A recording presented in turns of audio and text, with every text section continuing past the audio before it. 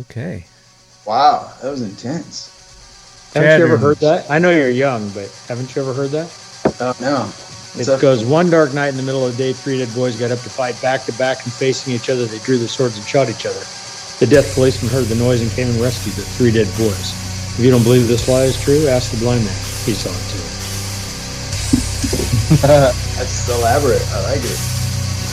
You have to be old in order to have heard that, I guess. Well, I'm kind of old and I hadn't heard that one before. I like it. Was that a record player, or where did you first hear that? Like an old fable.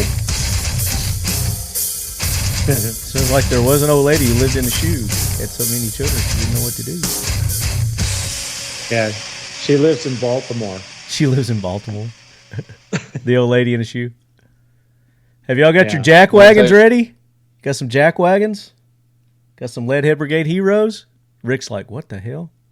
Yeah, you don't know what that is. Ty doesn't. Chad does. Chad's been in enough times. He knows.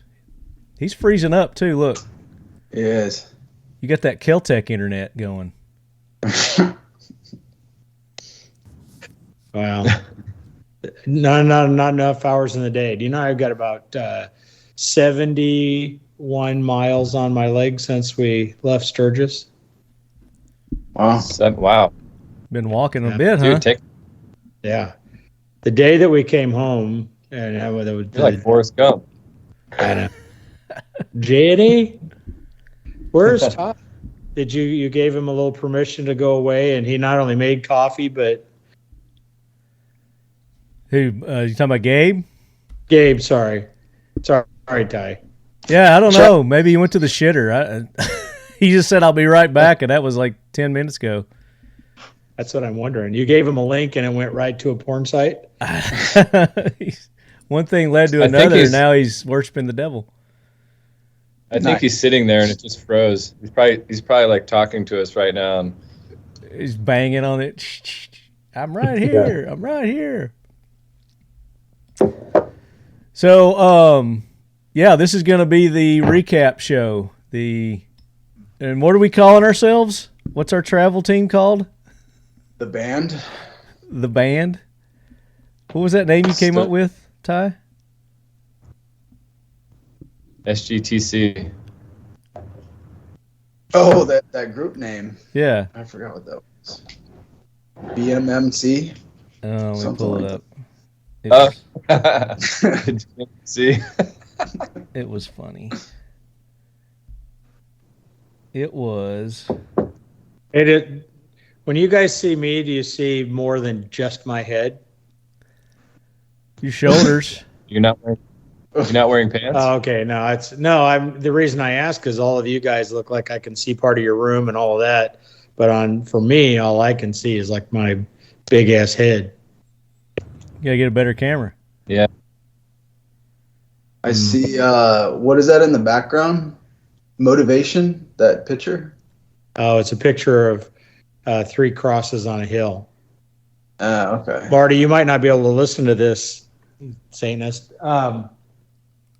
Satanist. It just says, "For God so loved the world that he gave his only begotten Son, that whosoever believed in him should not perish but have everlasting life." BMMC. And the other 2 were criminals. The GBBMC. Bold Moves Motor Club. When did you guys come up with that? Bold Moves Motor Club. After the flying RV. Oh, Bold Moves? Ty kept saying, bold move, bold move, bold move. Was anybody sleeping in the back? Yeah. Up from the dead they arose? Yeah. I think Chad. Lucky. One. Oh, Lucky. Lucky was. Yeah. The 3 of us were up front. So. I'm sure Lucky was like Spicoli. He woke up from that, was like, whoa, dude. he was into slumber, yeah. We awoke him rudely from his slumber. All right, let's go ahead and start. We'll let Gabe chime in when he gets here. I don't know what he's doing. You shut up, Margaret. I'm going to do this interview right now. Shut up when you're talking to me. Hey, sorry. Did you go pinch one off? Oh man, I had to poop. We're about to spell your name Gayb. Yeah, I was gonna say the view must have started, so he was making sure he didn't miss anything. Yeah, I watch that show every single day. I wouldn't miss it. I've got it DVR'd right now, so. Well, that's good. I don't normally record this early, but Ty, just for you, buddy, just for you, because all those meetings that you have scheduled today, we got it going on. So, lead heads, welcome back to another episode of the Talking Lead podcast. I am back. I took a couple of weeks off, and this is the reason why our video viewers can see here. I've got my traveling crew, the BMMC Club, and we'll go into the details of what that is in a minute. But just got back from Sturgis a few days ago. We were up there for this event called Gunfest. It's the first annual Gunfest that they had, and we're going to talk a little bit about that. We're going to talk about our trip, and we're going to take care of some jack wagons and all that before we get into it. But first, I'm going to go ahead and introduce my panel of distinguished guests. And we'll start with the most well-known. Bottom left on my screen, ladies and gentlemen, we have the Chad from Kel Tec. Chad, welcome back. Hello, everyone. Nice beard. Nice whiskey display you've got up there, too. Is that your office? Beowulf. Yeah, we're going to talk about that, too. We'll talk about that also. New whiskey hitting America by storm. This is a trophy. Space Coast. I thought that was a Jack Daniels bottle. I love that. You won that? It actually is. They just replaced the label. That is cool. I like that. You won that with Lucky Spike? Also joining us from Kel Tec, to my far right on the screen, you lead heads that are watching, we've got Ty. Ty, he's an engineer there at Kel Tec. This is actually your first official appearance, but you made a cameo on one of our episodes. Yeah, without my consent, you used my picture. Just my I had full permission from the Chad. Ah, okay. Yep. I think he actually even sent that to me. But did you pocket the royalties from that, Chad? Chad's froze. Frozen on the. And then to my bottom middle, and I think this is your second time on the show. We met him at, I think, the 2019 SHOT Show. Rick Stewart with American Zealot Productions. Welcome in, Rick. Hello, everyone. And you're out on the left coast joining us today. Who's in a wind tunnel? Somebody's hitting their microphone. Who's in a wind tunnel? And then a blast from the past joining us, ladies and gentlemen. We've not heard this gentleman on the podcast for quite a while, and we're glad to have him back. Give me a big round of applause for Groupie Gabe, leadheads. Woo! Groupie Gabe is back. Gabe Wren, welcome back. Glad to have you. We're making milk raw again, one glass at a time. There you go. Groupie Gabe. You're going to give us some impressions today? Yeah, I mean, we could, yeah. I think we should have some visitors today during the show. Some visitors? Okay. Just sporadic visitors. Little Steve. I've been working on the Sesame Street cast lately, so. Oh, okay. Chad, your connection sucks. You're cutting in and out, buddy. Your Skype sucks. No. Yeah. It's not. Everybody else is coming in great. Fantastic. 1999 called. They want their Skype back. My laptop is literally on fire right now. It's so hot. That's why I had a fan on it. I had to take the last 10 updates off my Mac just to download Skype. Ask George if you can turn the air down to 74. It is. Is it down to 74? Down in Florida? Yeah. Yeah. So, guys, we're going to talk about our trip, and one of our traveling buddies couldn't join us. Lucky with Hard Luck Chain. Is that what chain design? Hard Luck Chain Art. Hey, Hard Luck Chain Art. There you go. Would love to hear from Lucky, but apparently he doesn't have internet or a laptop. So He hasn't had a He is car. lucky. he doesn't have a car. Is that what you said?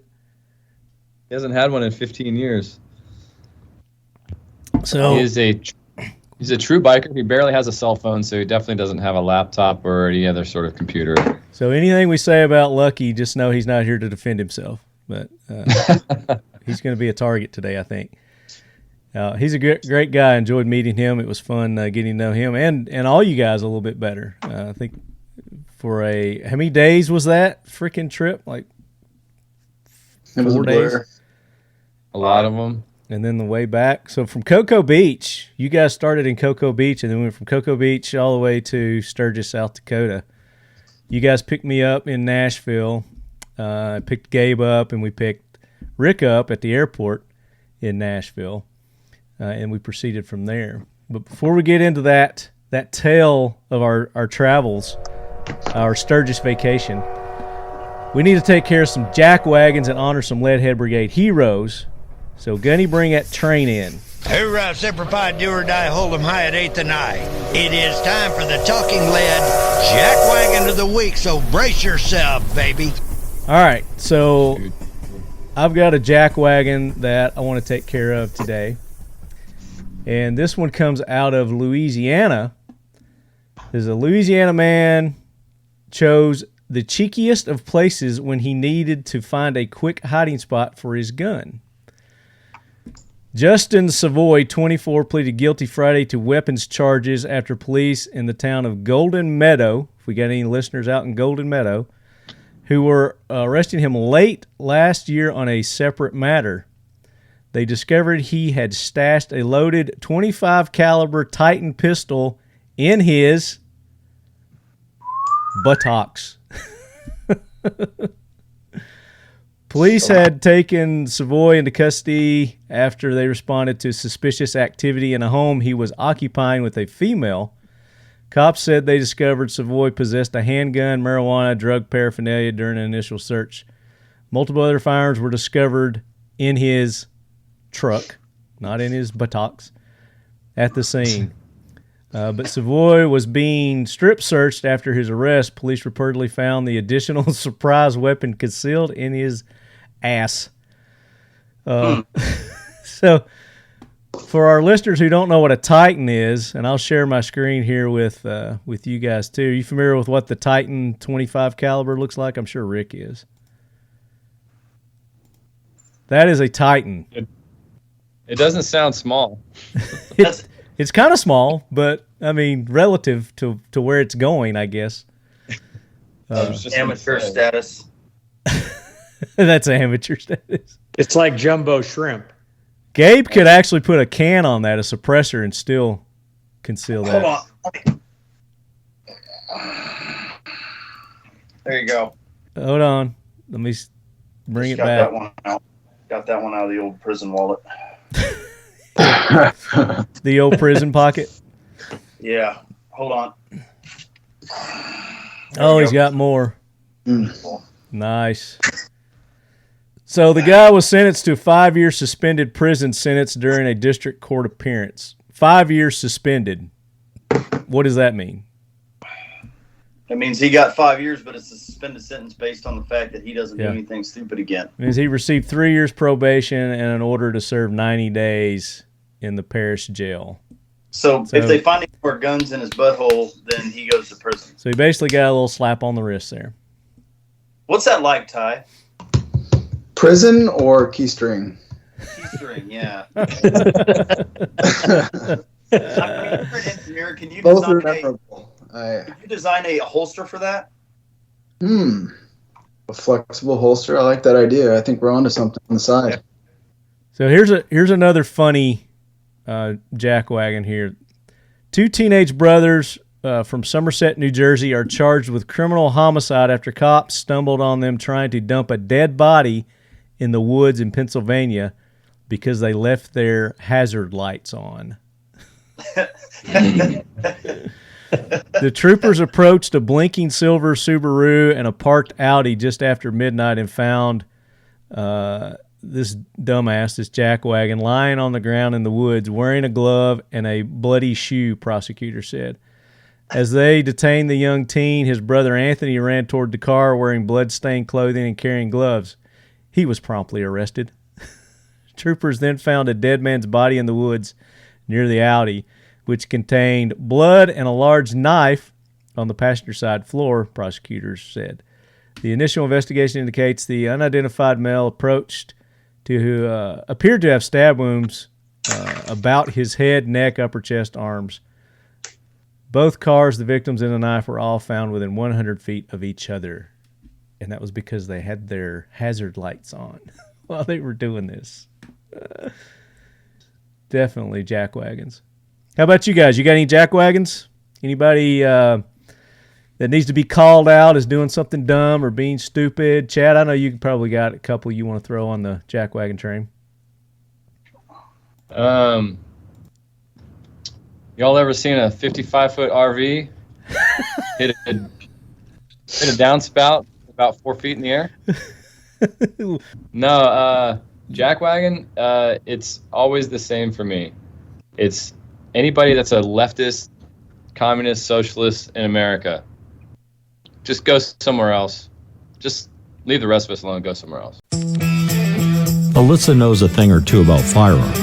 The gun store where she works and the folks she instructs would vouch for that. She spends most of her time on the range and in the classroom, teaching others about firearms and the fundamentals of shooting. On her days off, you'll likely catch her somewhere in the backcountry with her favorite firearm, a Kel Tec KS7. At just over 26 inches, this short, slim second cousin to the KSG is lighter, but no less lethal. The shotgun's 18.5-inch barrel offers plenty of velocity, and its ample magazine tube provides a healthy dose of firepower with its 7+1 shell capacity, her go-to for home protection. Alyssa loves the carry handle and fiber optic sight she got on her first KS7, but is equally enamored with the Picatinny rail kit she put on her second. Why settle for one when you can add another to your already awesome collection of Kel Tecs? Innovation, performance, Kel Tec. How about Liz Cheney getting defeated? Woohoo! Yeah, she got hammered. That was good news. So we'll switch gears now. We'll go to the Leadhead Brigade Heroes. So this is the opposite of jackwagons, Rick. So people who are doing something good, making a difference. Unless Gabe's got a jackwagon. You got a jackwagon? Am I frozen? A little bit, yeah. Wow, that's weird. I'm not actually doing that right there. Whatever that is. Oh, wait. Hold on. I also have a hero. Y'all ever seen a 55-foot RV hit a...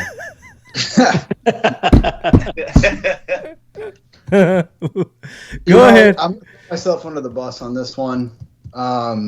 Putting the keys not in the ignition, but into the lock for the steering wheel, I'd say that probably qualifies. How about trying to turn a Harley on with a key? That's what I'm saying. Yeah. I'm just being vague about it, but yeah, that way nobody can attack me. I don't know if you guys remember this, but when we were on our trip a week ago, Ty put his key in the motorcycle and tried to start it. It's because I'm a bagger guy. That's what it is. Right, because baggers start with a key too.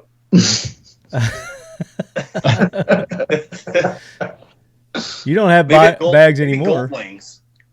Not anymore. You guys should see the bike. It's been chopped up. The headlights don't work. New handlebars. Seems legit. It's a real train wreck. You'll like it. All right, so here's a hero from Leadhead, Corey Brown. He sends me this, says, "Hey, Lefty, I would like to nominate my son and all parents who teach their kids gun safety and how to shoot at a young age. In the attached video, it showcases my best friend Steve and his 3-year-old daughter Lily. This is Lily's first time shooting a real gun. My proud father moment is when my 4-year-old son informed Steve that the rifle is not unsafe and wasn't afraid to push the issue even when told no and to get a grown-up's help. P.S. The rifle is mine, and I kind of feel like a jackwagon for not showing Steve how the gun functions. Definitely showcases what assuming gets you, LOL. Kudos to my little man Coulter for keeping us old farts in line."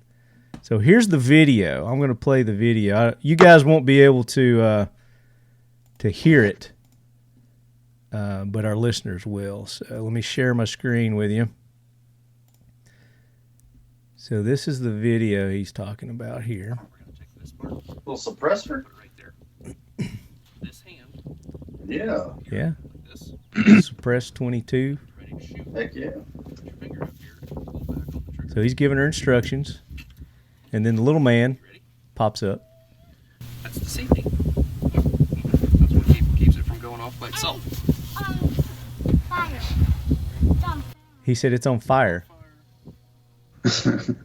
It's on fire. It's like it's not safe.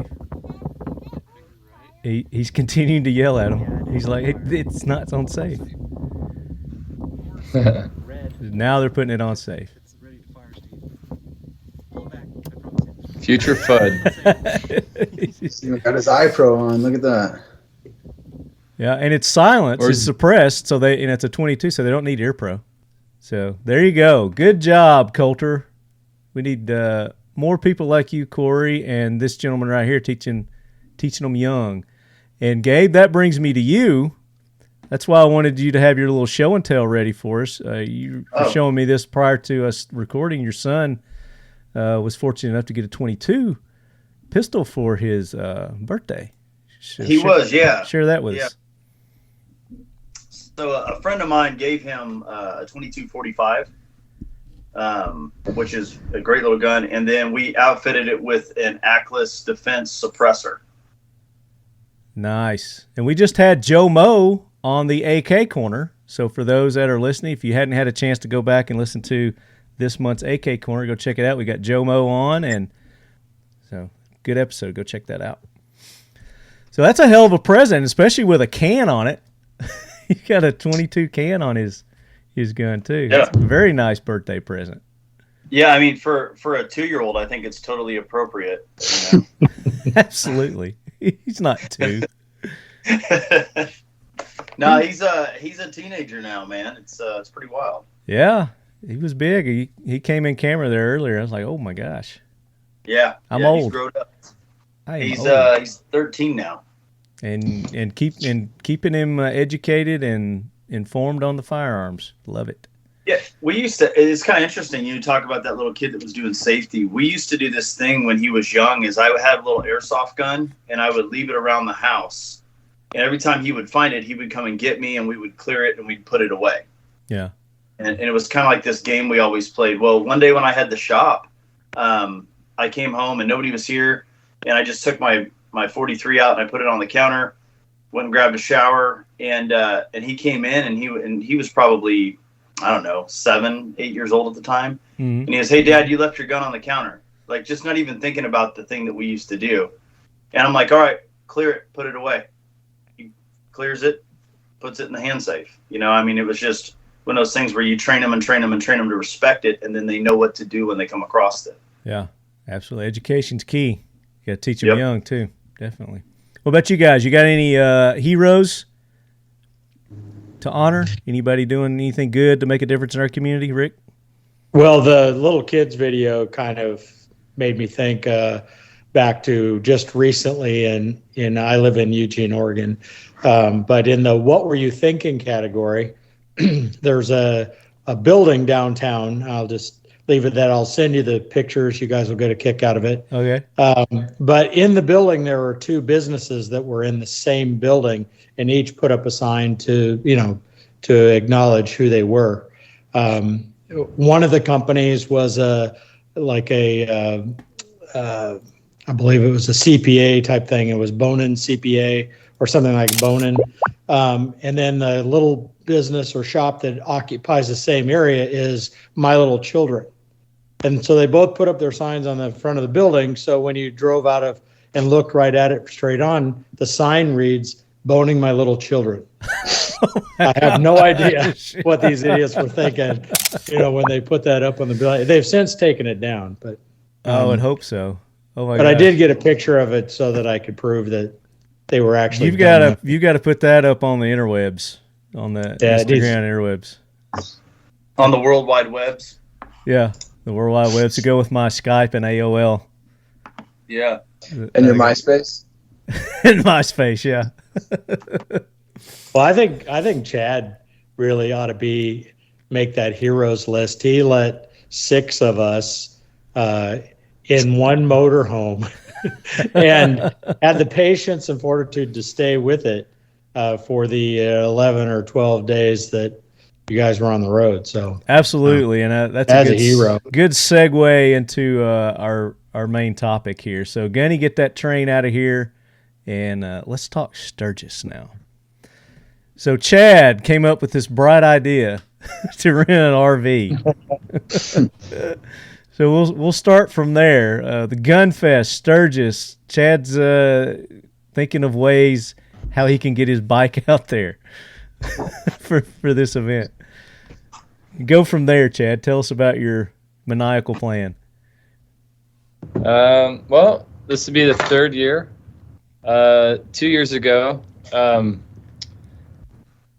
I did the same thing with the same RV.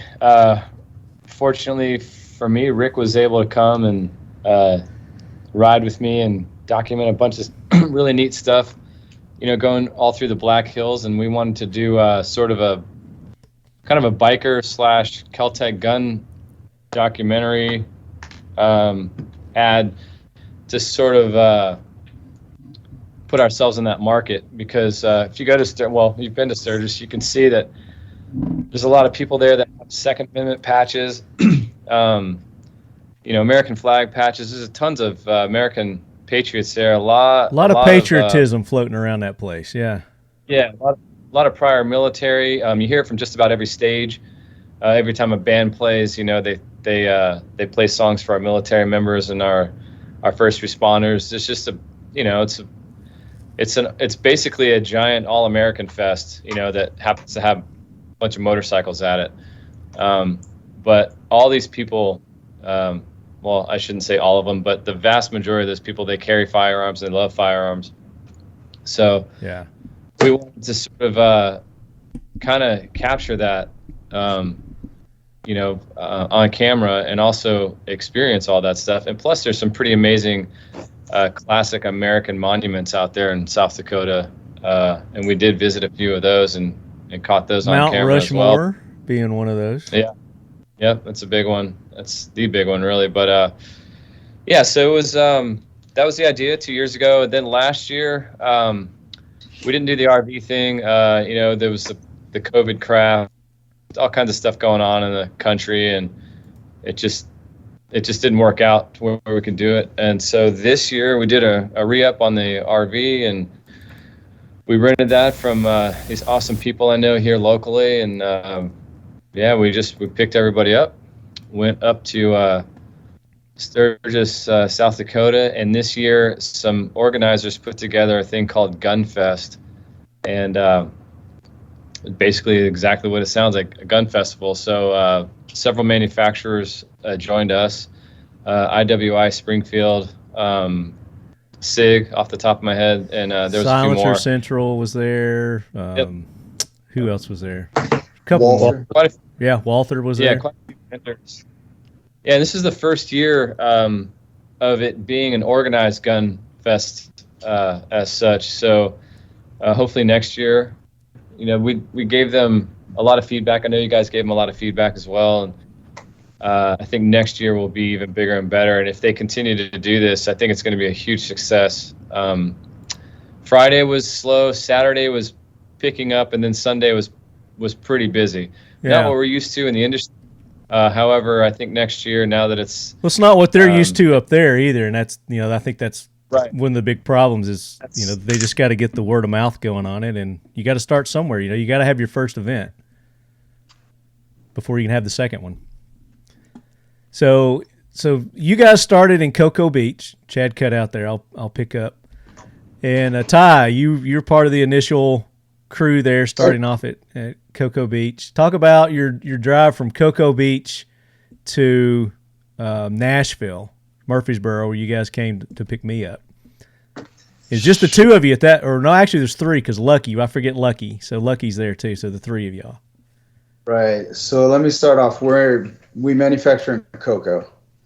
I don't think you've made it out there yet. There is a difference between Cocoa Beach and Cocoa. Everything's Cocoa Beach to me, because everything's Cocoa I Beach. love Cocoa Beach. All right, fair enough. So we started off. Chad told me to get there at 9 o'clock, and he was super impatient, and I rushed and got there. And wait, are we going back to the jackwagon train? You know what? We should include him on this, yeah, because he was so desperate to leave at 9 o'clock, and we didn't leave until I think 4 or 5, something like that. So we got a nice delay right off the gate. But we got 4 bikes loaded up. Met you out there. Chad did a lot of the driving at first. So was it just uneventful from Florida to? It was. To it Nashville? was. I slept that time. You slept the whole time. Chad drove the whole way because we He know did. Lucky didn't drive. He did not. No, I don't think we would trust that to happen. Absolutely not. Other than that, no, it was pretty smooth. Okay. And then you popped out as soon as we got there. So. And let me clarify why we wouldn't trust Lucky to drive the RV is because he hasn't had a 4-wheel vehicle in 15 years. He's an actual biker and probably rides more than anyone we all know combined. Oh, yeah. So, yeah, putting him behind the wheel of a massive RV, we were right at about 70 feet long with the trailer. So, yeah. Yeah, it was massively long. So long that you couldn't get it into my subdivision, or we didn't want to risk it. We didn't want to risk getting stuck coming into my subdivision. So I met you guys at our local Sam's Club, and this is what happened when I showed up at the or you guys were there, and I met you at the Sam's Club. So here's the RV we're talking about. Here's the trailer. Nice, big, huge RV. Bigger than Christmas vacations. Definitely. So I get there. I'm doing a little tour. Chad's walking me in the RV here. Gabe's in there. Lucky's in there. There's Lucky. Puffin pillows. The little short battle dwarf looking guy. And Chad's back in the back bedroom there. And this is it compacted. Now this thing opens up to really give you a lot of space. So once you get where you're going, you open it up, it's really roomy. Mm-hmm. So for 6 people traveling in it, it's a little crowded, a little compact. Plus the AC had already gone out. Somewhere between Florida and Nashville, so there's no AC going. Well, let's be clear. The dashboard AC went out. The rest of the AC was fine. Yeah. But we could have used that dashboard AC. It would have come in handy. So it's got a nice little kitchen. You see up there's a convection oven, refrigerator. There's TVs. I mean, it's nice. This is a nice RV. We weren't traveling by like paupers by any means. That's a nice looking RV. Look, Gabe, Gabe has sent the Squatch a link to the our little session here. I didn't hardly recognize you with the hair and the beard there. You look like Grizzly Adams, dude. Well, and I thought, since y'all are talking Sturgis, Chad would recognize the shit.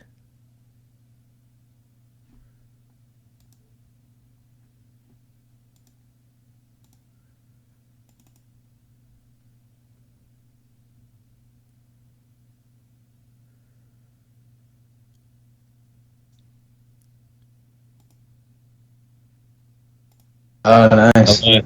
I'm back. I'm back. My goal was to get the original Talking Lead crew back together, but it just didn't work out. Can you imagine if all us plus a 6'7" Sasquatch was on there too? Oh, can I tell you something? My favorite part about him going 2 years ago was he's like, "No, man, I'll crash wherever," and I'm like, "Where? Where in that RV can you fit?"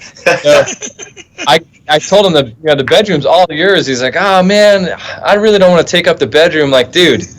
And so he lays on the bed, and his feet are still like 2.5 feet off the end of the bed. knees Like my knees were Yeah. the edge of the bed. I can't imagine you being in that thing when it's compacted. That It was interesting. He looked like Sasquatch. interesting to say the least, no doubt. No doubt. So Zeke is joining us, ladies and gentlemen, in case you don't recognize the voice. It's been a while. It has been. So have you gone full Memphis now? You're wearing the Grizzlies shirt and Oh yeah. Yeah, I'm actually gonna audition to be one of the MCs for the Grizz game. So we'll see how Nice. that goes. you have to audition to do that? Yeah, apparently. Maybe you don't. Maybe I'm just gonna send a random video of the Grizz and they're just gonna laugh. Well, you look like a Grizz, so if nothing else, they'll let you be the mascot. Exactly. I'm like, just save the money on all the stitching and the fur and everything, and just I'll jump off trampolines into basketball hoops. There you go. There you go. So All there right, was well, I a. just wanted to. Oh, yep. What? Yeah. I was gonna say, so that was a little brief view of our RV, our travel arrangements that we had there. So pretty nice. You know, we were set up. Chad did a good job hooking us up there. But with 6 people, it was a little crowded on the way up. Is he jumping off? Who, me? I guess so. Oh, there he is. you went blank there. Stick around. Don't leave. I'm trying to figure out how to do. Like, I can see a itty bitty thing of Chad, and I can hear your voice, but you're frozen. Yeah. It's like I don't see you at all, Marty. I'm here. I swear I'm here. Yep. I'm here. I'm right here. I think probably we've reached Skype's limit of Is that what it is? of bandwidth. Yeah. So Well, yeah, because it's from like 1998. yeah, it's still secure. It's still the most. Hey, secure I'm wait, platform. I can see you rocking moving the now. Karen cut for the next week or so. What do you think? Oh yeah, that's nice. I think you should do it. It's right up there with MySpace. I have a Girl Bikes t-shirt to go with that Karen cut. All right, so you guys picked me up in Nashville. The Is that plans Ricky were there, too? the plans were you guys were going to spend the night, but as Ty pointed out earlier, Chad was running about 6 hours behind. So they got there, scooped me up, and then we went to Nashville. Or Gabe was there too. So Gabe was on with me. He jumped on with me. Then we went to get Rick at the airport, and Rick was sitting there, kind of looking at his watch when we pulled in, like, "Where you guys been?" Kind of. But we scooped up Rick, headed out up to was it 24, and the adventures began. Yeah. So the first night, Chad's driving, and is this the night that we saw the exploding shooting star? You remember that? No, that was on the way back. Are you sure that was on the way back? I'm positive. Okay, I remember that so clearly. It was amazing, and apparently there was like a meteor shower or something on our way home, and that was part of it. It was like a 2-day deal or something. It's kind of cool. Neat. That thing was big. I'm glad I didn't enter on that phrase. That thing was big. Huge. So we pretty uneventful, I guess, on the way up there. I can't remember really anything that stands out on the way up there. But we get there. Was it Friday? Is that when we arrived, or did we arrive Thursday? No, we got there on a Thursday. Got there on a Thursday evening, after hours of apparently, and they wouldn't let us into the campground. So we Hold on, we almost got there, but we had that little detour. Oh yes, we did have an event. I'm sorry, it was Wednesday evening, not Thursday evening. That we arrived? Because That's true. the whole next day we had off, and then we had Gunfest on Friday. Yeah. And we detoured over that little town there. We had to stop there and hang out and check it out for a while. Yeah, we broke down. We had a fan belt that broke, and luckily it was at one of our scheduled pit stops. And luckily there was a big automotive repair shop there that worked on RVs, right, like 20 yards from where we were at. Right across the street, yeah. So that was fortunate. and we pulled in there. So we I don't know what 4 or 5 hours we pit stopped there. Yeah. It looked like it was going to turn into the next day. Yeah, I love the fact that you refer to it as a pit stop, because normally those stops were first urine or whatever at one person at a time, and then once we were all done, then it became food, and then when everybody was done, there had to be a cigarette break. Every stop seemed to be an ordeal. Yeah, Lucky had to get his smokes in. Can't blame a guy for that. He's got to get his nicotine fixed, but. Yeah, somebody would go in for food, then somebody would go in to pee, then somebody, now I got to go pee, and then, Lucky get 2 or 3 smoke breaks in. But luckily on this one, we stalled long enough that we didn't get out on the road when this fan belt issue arose. So we caught it pretty quick, was able to pull in there, and this was your guys' first opportunity to take your bikes for a ride. So it was a kind of a pretty cool little town. I don't even remember the name of it. You guys remember the name of it? I just remember the Puck U Bar and Grill. Was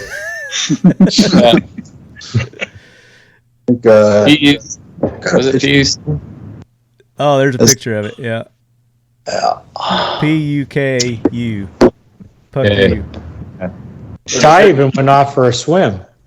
I did. That was my first opportunity for a shower. So I went in whatever that was, the Missouri River or something. Yeah. I have footage of that if you still want that. We remember waiting for you for an hour and a half. We remember. Wait, y'all got it smelled good when I got on the bus, so it worked out. Reinforcing Rick's. We waited so long that Lucky needed a cigarette when you got back. Yeah. I think he was able to smoke a whole pack while he was waiting on Ty to get back. But you guys, was that the first time you'd ridden your bike, Ty? Are you making fun of me again? Is that first time you tried to start it? Apparently, yeah. That's true. That's when that happened. Try to start it unassisted. But he finally got it started there. Gabe pulled out the drone and got some nice drone footage of them riding. Yeah. And there was this cool old church that was in the distance. Did you get footage of that? All within FAA regulations. I'm a certified Part 107 pilot. Just clearing that up in case the FAA is watching. Yeah, I'm sure they're not. But no, I'm sure it was all within the regs. Oh, yeah. No, I do everything by the book. Everything by the book, baby. So you guys rode around that town, and Gabe and I obviously weren't able to see what all you guys saw. What did you see interesting other than the Puck U Bar? The Walmart food that Chad ate that I did not eat. Those burgers, the frozen patties. Where were those at? At the Puck U Bar and Grill. Oh, that was their. Okay. Hey, listen, that was actually a really good burger. It looked way better than. It tasted way better than it looked. Was it a carny process? A carny burger? Is that what it was? Frozen patty and then a whole spread of butter on top of it on each side. Cheese. It was so good. I mean, you washed it down with a cold beer, right? Yeah. They do that. I mean, that's all that matters. That makes everything good. That was a cool place. We saw along the way, and Marty, I'll send you a bunch of pictures. What we saw was just a lot of neat South Dakota landscape. It was pretty cool. Like kind of rolling hills and real flat, lots of cows, kind of typical stuff you could imagine. It was neat. And then we rode into a little tiny town and met some super rude bartenders. Were they rude? They were. Oh, yeah. Well, at first, yeah. They didn't like our kind. I don't think they liked Ty, really. It's because I didn't have a Canadian accent. That's what it was. So for our listeners that can't see Ty, he's a bit metrosexual. You see my seat? He wears the skinny jeans. He wears his shirts a little 2 sizes too small. But a good-looking guy. I mean, I'm not knocking Ty. Thanks for you ladies. I would date you, Marty. You single ladies that are out there, he's available. or are you? And I'm available. That's correct. There you go. So I'm showing some scenery to our video audience here. Oh, nice. Yeah, that's the butt. That's going towards full throttle. Oh, that's a race bed. Which I climbed that, by the way. You climbed Nobody else that. went on the trip. That's right. You did climb that. I'd like to point out that I'll never stay at. We're going to go back to full throttle, or the Pappy Howell campground if we go back again. I definitely don't want to stay at Buffalo Chip. That place is terrible. It's great. I guess they have decent bands and stuff that come. The food was awful. The people were awful. Not the residents. The carnies people that work there. Yeah. Yeah, with the exception of Tony, the owner's daughter, she was great. But everyone else that worked there, and our two gate guys, they were good.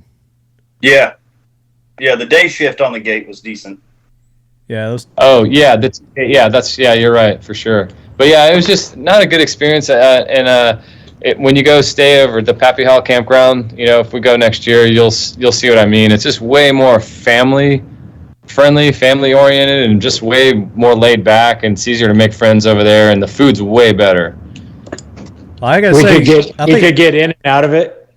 That's true. You could actually get into your campsite that you pay for. Yeah. So the last night that Rick and I were there, I went and I filmed downtown. It was the night before we took the trip and rode around Sturgis after Gunfest. I came back in. It was like 1:00 in the morning. I tried to go in our normal gate 2 or gate 3, whatever it was. 2. Yeah. 2. And the guy's like, "Oh, I can't let you in," And I'm like, "All right, cool." So I go back to the other gate right behind us, and that's the one that goes directly into that little campsite that's right there. And he's like, "Where are you going?" And I'm like, "In here." And he's like, "All right, man." And so I just drive right in. Well, then I just go around by the showers, and then I pull right into our parking area. Instead of the guy who wouldn't let us in to the next gate who wouldn't let us in because there was too many people. So I was able just to go through another gate to get where I needed to go, and it made no sense at all. But it's whatever. Yeah, so my experience, or mine and Ty's experience with that, was we got to the gate, and I was pointing at the RV. You could literally see the RV from where the gate is, by the way. It was maybe, would you guys say? Right there. 50, it was right there. Yeah. 50 to 70 yards. I don't know how many times we said it's just right there. And he wouldn't let us in, and his reason for that was there was too many people walking around, and not even like 10 seconds after he says that, this like 30,000-pound giant forklift that was offloading all the trucks drives right down the road that we were trying to get to go to our RV. I'm like, this guy can drive a forklift that he can't even see anybody, first of all, because it's this giant forklift with a big load in front of him. Hauling ass. I'm on a 500-pound motorcycle that I can turn off and push and walk, and he wouldn't even let us through. That's the power trip that guy had. It's crazy. He finally let us through because I liked him so much, but it's just ridiculous. And like, we can't come back to our campsite that we paid for if you come back to the gate at 7 p.m. So did you guys get did you get the explanation as to why they were doing that? I talked to a guy, and he said that it was 2 years ago or last year. Somebody got run over, and I guess that's like when all the concert people start showing up around that time. It gets a little heavier pedestrian traffic. So that was their reasoning into why. Didn't they let you go in the main gate and ride all the way through the crowd? Yes. They forced you to go all the way around to the front and come all the way through the backside to literally ride through the entire crowd. To have a more opportunity to run over people. Yeah. Yeah, instead of going 100 RV. Yeah. That's probably why that person got run over last year. Yeah. But hey, here's the upside. All of those people have a future at the motor vehicle department. They got a future at Sturgis. At least once a year they're going to get hired for something. So, but that aside, so we get there and they won't let us in. Speaking of not let us in, we should probably also talk about those amazing VIP passes. We're gonna get to that. Okay, all right. We've not experienced the VIP yet, so Okay, all right. So we get there and they won't let us in. They're like, you just got to get in line right here and spend the night. So Chad pops the camper out and we're there for the night, and then we go check out the surrounding area. And there's a pretty cool little bar there. Do you remember what that bar was called? The very first night it was. Rick took a lot of footage there. Yeah, so it was at the Buffalo Chip, and they had some cool bikes in there. It looked like they had one made up from Easy Rider. Yeah. I don't think it was the original bike, but it was one that looked like it. It was kind of cool, and they had some guitars and some other stuff in there. Wasn't very crowded at all. Again, the crowds haven't started to really arrive yet, and they're still doing some setup and things like that. And we're just kind of walking around getting the lay of the land. And Ty and I walk out and just to see if there's any food vendors that are open. And we see this vendor that's got a light, and we walk up to the vendor. And Ty, tell that story. Sure. Is this where we met the famous wife of the producer of Bone Thugs and Harmony, or something to that extent? Something to that extent, yeah. He co-wrote one of their songs or something. I don't know. Yeah. The story is quite a stretch. It was like a twice removed cousin who wrote in prison this story and reached out, or something crazy. And then they came to Gunfest. We saw them later, right? Yeah, so we were talking to the lady and telling her what we were there for about Gunfest, and I mean we did our part in trying to push and promote this Gunfest thing. Everybody we saw, we were telling about it, and she's like, "Well, my husband likes to shoot guns," and that's where we got into the Bone Thugs and Harmony connection. And I was like, "Well, you guys come by. We're at the Kel Tec booth. I'm Chad. Just come by and find me." That's right. I'm Chad Enos. That's right. I'm Chad Enos. Come by and find me, and we'll let you shoot some guns. That's when it started. Everybody was Chad Enos after that. We name dropped you constantly. You should be getting hashtag the Chad on everybody's post. Yep. A couple parking tickets too. So other than that, and Lucky going around to everybody selling his chain art, which he's not shy. He's probably one of the best salesmen you could probably find. But he's very passionate about his chain art, and he would go up to anyone and everyone and talk to them about his chain art, especially the bartenders, because I think he would work a little deal with them that if they would sell something, he'd cut them, a little deal, a little in on the sale of it. But I remember that one day, because behind us where we were camped out, all the bunnies, the Buffalo Chip bunnies were staying in the RVs behind us, and they would walk through our campsite every day, and Lucky would be there waiting on them religiously, but they would all gather around him and listen to, and he wasn't scaring them off or anything. So kudos to Lucky for not being shy at all. There's one. Yeah, there's an example of Lucky's chain art. Kel Tec. Nice. Yeah, it's pretty cool. He's talented, no doubt. He's Chad.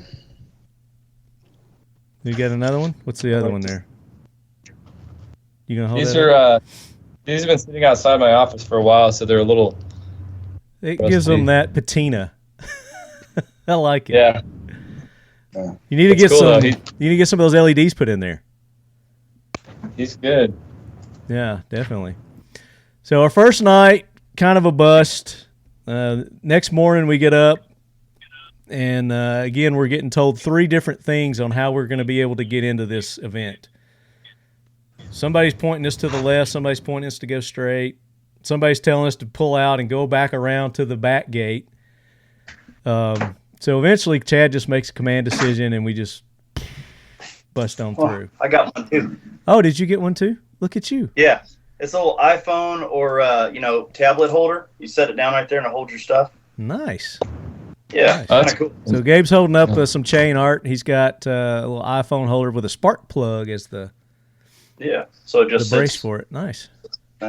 I like that. Yeah. So we get there first. I guess this is our official second day. We weren't really there a whole day the first time, but and like Chad said, the Gunfest hadn't started. They're setting it up, and talk about our first day going to Sturgis. Did you guys get out and ride that day? I can't remember. I don't think we did. Is Chad frozen? Yes. I think Chad's frozen. Am I frozen? There we go. Can you hear me? You're unfrozen now. Okay, we rode. I'm jumping forward a little bit, but we only got to really ride maybe a full day. Was that even a full day of riding? I'm not sure we got a full day in, but that's all we rode the whole time we were there. We actually didn't stay long enough. There's a lot of things that happened during the week while we were traveling home. But we were primarily going there for Gunfest. Yeah, and anyway, I'm showing our listeners now. This is the first day where everybody was setting up. They were still getting things set up. So they had a really nice presentation. Talk about how they had the stage set up. Chad. When we were finally allowed to come around to our site, I looked over there, and I don't think they had the Gunfest banners up yet, so it just looked like a huge stage, and I thought maybe that's where the bands were playing. It was so extravagant for essentially a range day. Our RV is right there. Right there. Right there. It's just right there. Yeah. It's right yeah, there, they did guys. a great job. The guys that organized that did an amazing job of the presentation for sure. It's just they were very limited on marketing time, so they had 90 days to promote it. And I don't think they got a ton of help from the campground. But no, I don't think the campground knew about it. No, they did. They didn't have any resources to really kind of help market it. But from what I understand, they were really impressed with it, once the thing kicked off. So next year, now that they know what Gunfest is all about, I think they'll probably put a lot more effort into it, because it's definitely an attraction for that particular campsite. And if this keeps going for a year, year after year, people will come to that. Yeah, if they continue to have it at the same location. If they move around, then it's going to be harder for people to find it. Yeah, I don't want to stay at that campsite, next year, but I certainly wouldn't mind Gunfest being in that same location, because that was a great spot. Yeah, it seemed to be, and they could handle the parking. So they got plenty of parking back all around it there. Absolutely. And the Buffalo Chip, one thing that they do well is advertise all the different events that happen. So if they take this on and they put it on the Buffalo Chip website and promote it in all the different radio markets and stuff, it'll definitely be a really big deal. As long as the people from Gunfest make a few little changes to it to make it a little more customer friendly, and yeah, it'll work out great. Yeah. So Ty was talking earlier about the VIP passes. I think we can get a picture of his right there. So you see that thing for our video viewers around Ty's neck there? Out of that thing. I was excited to wear that. So when we checked in, they gave us our exhibitor badges and this VIP badge. It said VIP, and we asked him, what's this do? And he's like, it gets you in all the VIP areas at Buffalo Chip. And then there's like, is that the concert too? Because there's like this huge building in front center stage that's for VIPs. And they're like, yeah, you can get into that too. So keep that in mind as we keep telling stories. But for our video viewers, I just showed you kind of a preset up there, what the stage looked like. I didn't get the front of it.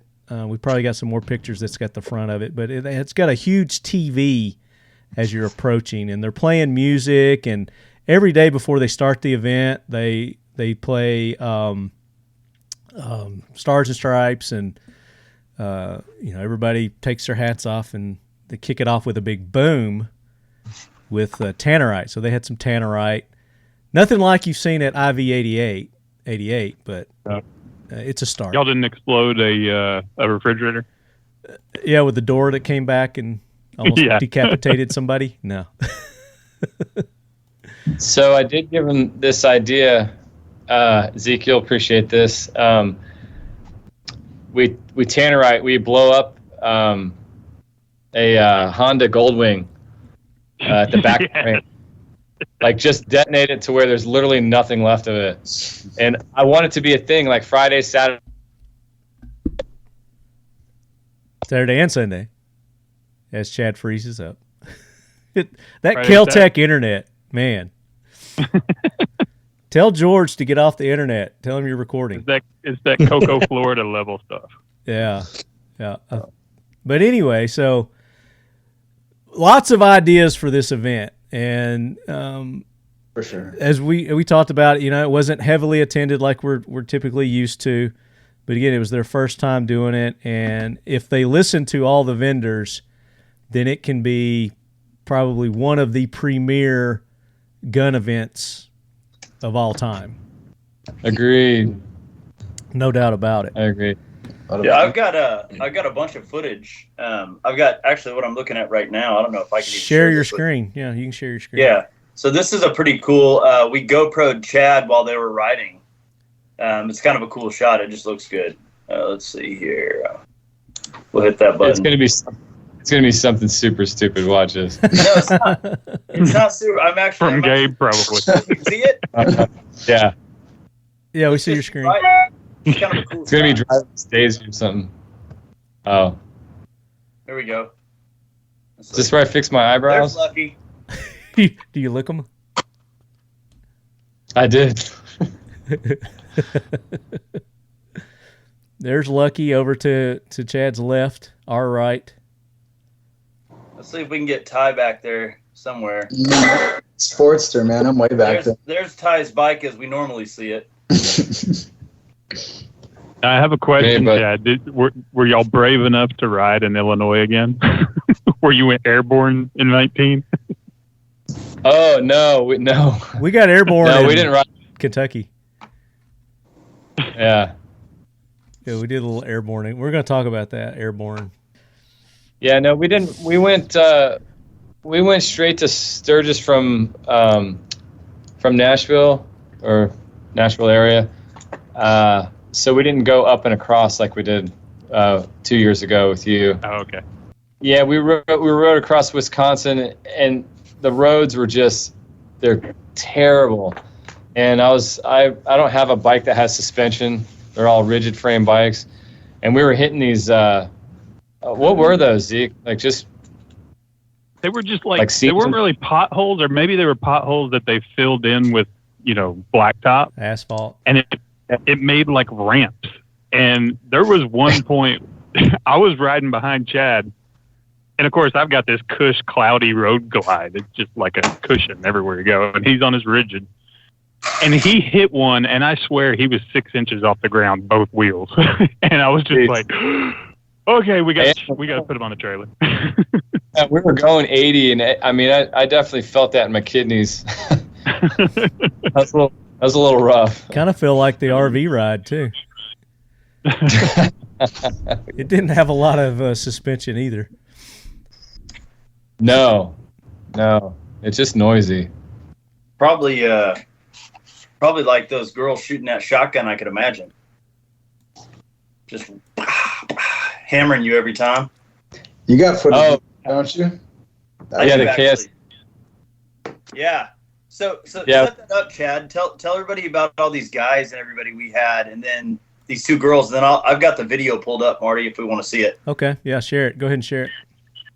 All right. Here.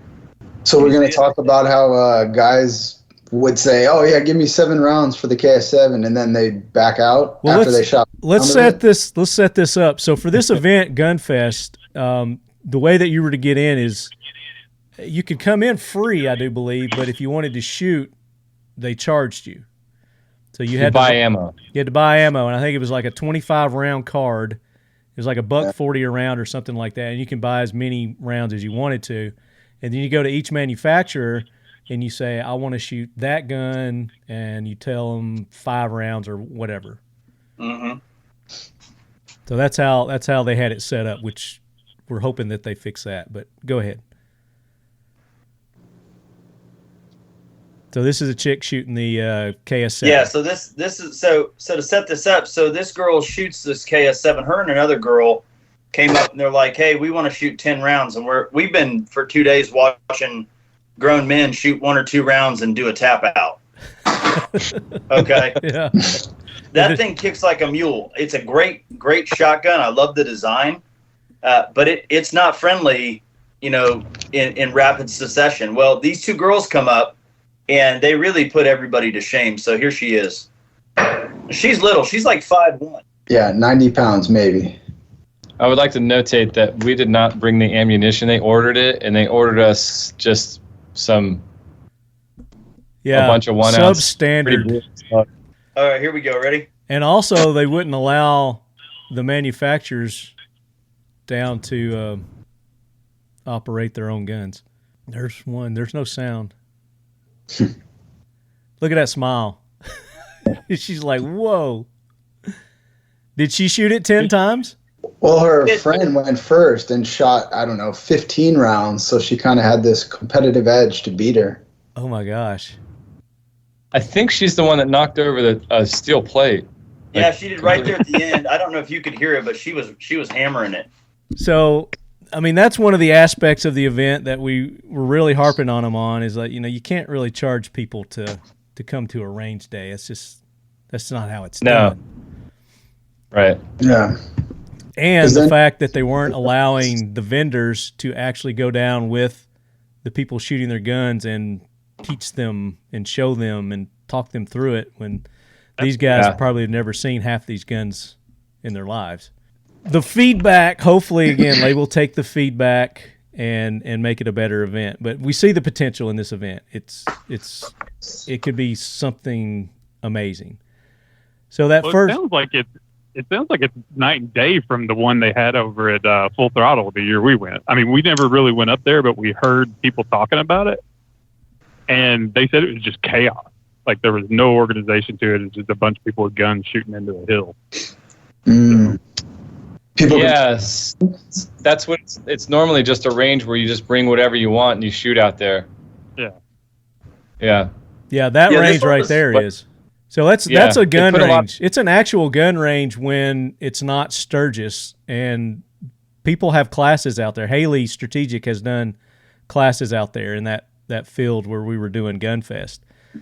Pete Pye with Defiant Munitions, one of our sponsors, his dad actually runs that range when it's when it's not the Sturgis stuff. But I gave a ride to one of the campers that was in that campsite just next to the range, and he was telling me, he's been coming out there for 12 years, and that's what they do. They just go out there with their guns and just nilly-willy go out and shoot into that berm. So he's like, I ain't going to pay money. I shoot free all these years. It's like, but you ain't never shot guns like this, buddy. So go pay your money and shoot some cool stuff. In addition to the Gunfest, everything that's going on at Sturgis, we had access to most of it. Every night there's a concert that happens, and there's big bands playing. So the first night was Quiet Riot. The second night was, who was the second? I can't remember who the second night was, but Leonard Skinner was there one night, and then Ice-T and Bone Thugs and Harmony was one night. Bush was there. Lita Ford, and Rob Zombie. Rob Zombie was there. Gabe's favorite. I think he's got that on his playlist now. He's all about him some Rob Zombie. But so this back to the VIP passes. So the first night, we're all excited, and I think that was Quiet Riot was the first night. Quiet Riot. And we're all excited. Yeah. We're like, all right, let's get cleaned up and let's go get in the VIP, get our seats before it gets, crowded. So we all get over there, and we show him our badge, and the guy's shaking his head like this. He didn't really say. He just shakes his head. We're like, we got the VIP. He goes, I've never seen that before in my life. He said, where did you get that? And we're like, we're with the Gunfest. And they said that this would get us into all the VIP stuff. He's like, well, you ain't getting in here because I've never seen that. You got to have like a white armband or something like that, he was telling us. And we're like, well, such and such told us, and we're name dropping now. Like, that's going to help. So such and such told us that we could come over here and get in. He's like, I don't know who that is, and you might want to call that person and find out what's going on. So Chad calls up, is it Dan? I believe you called up Dan, and I'll let you take it from there. Yeah, so I just got a hold of the Gunfest folks. I don't think I actually called them. I think I sent them a text, but one of you guys, might have been Ty, found out that the VIP passes are only good for Gunfest VIP, which there was no VIP. But we didn't find that out until the third day. Yeah, we didn't find that out until the third day. Yeah, well, you guys kept trying to. They did get us into the food. He did get us into the food and water. This pass is going to get you into everything that doesn't exist. Joy. Yeah. But they didn't tell us that because they kept telling us you should be able to get in. That's supposed to be good for all. And they kept telling us that. It wasn't until the third day that they're like, oh, well, that's only good for Gunfest. And we're like, okay, what's VIP at Gunfest? I'll tell you, it's blueberry muffins, potato chips, and bottles of water. It got us access to the concession tent. To the cooler. and the shitters. They got us into the shitters so we could go use the bathroom in their honey pots. Yeah, so they were completely useless at the campsite, which, I mean, why have a VIP pass if, I mean, everything happens at the campsite. So I don't know if the organizers of Gunfest dropped the ball on that or if the people at Buffalo Chip dropped the ball on that. But either way, they'll probably get it corrected for next year, hopefully. Hopefully. Yeah, who knows. But we did get in for Quiet Riot. They were able to squeak us in, and we get up there, and there's like 5 people. So then it was like 5 people.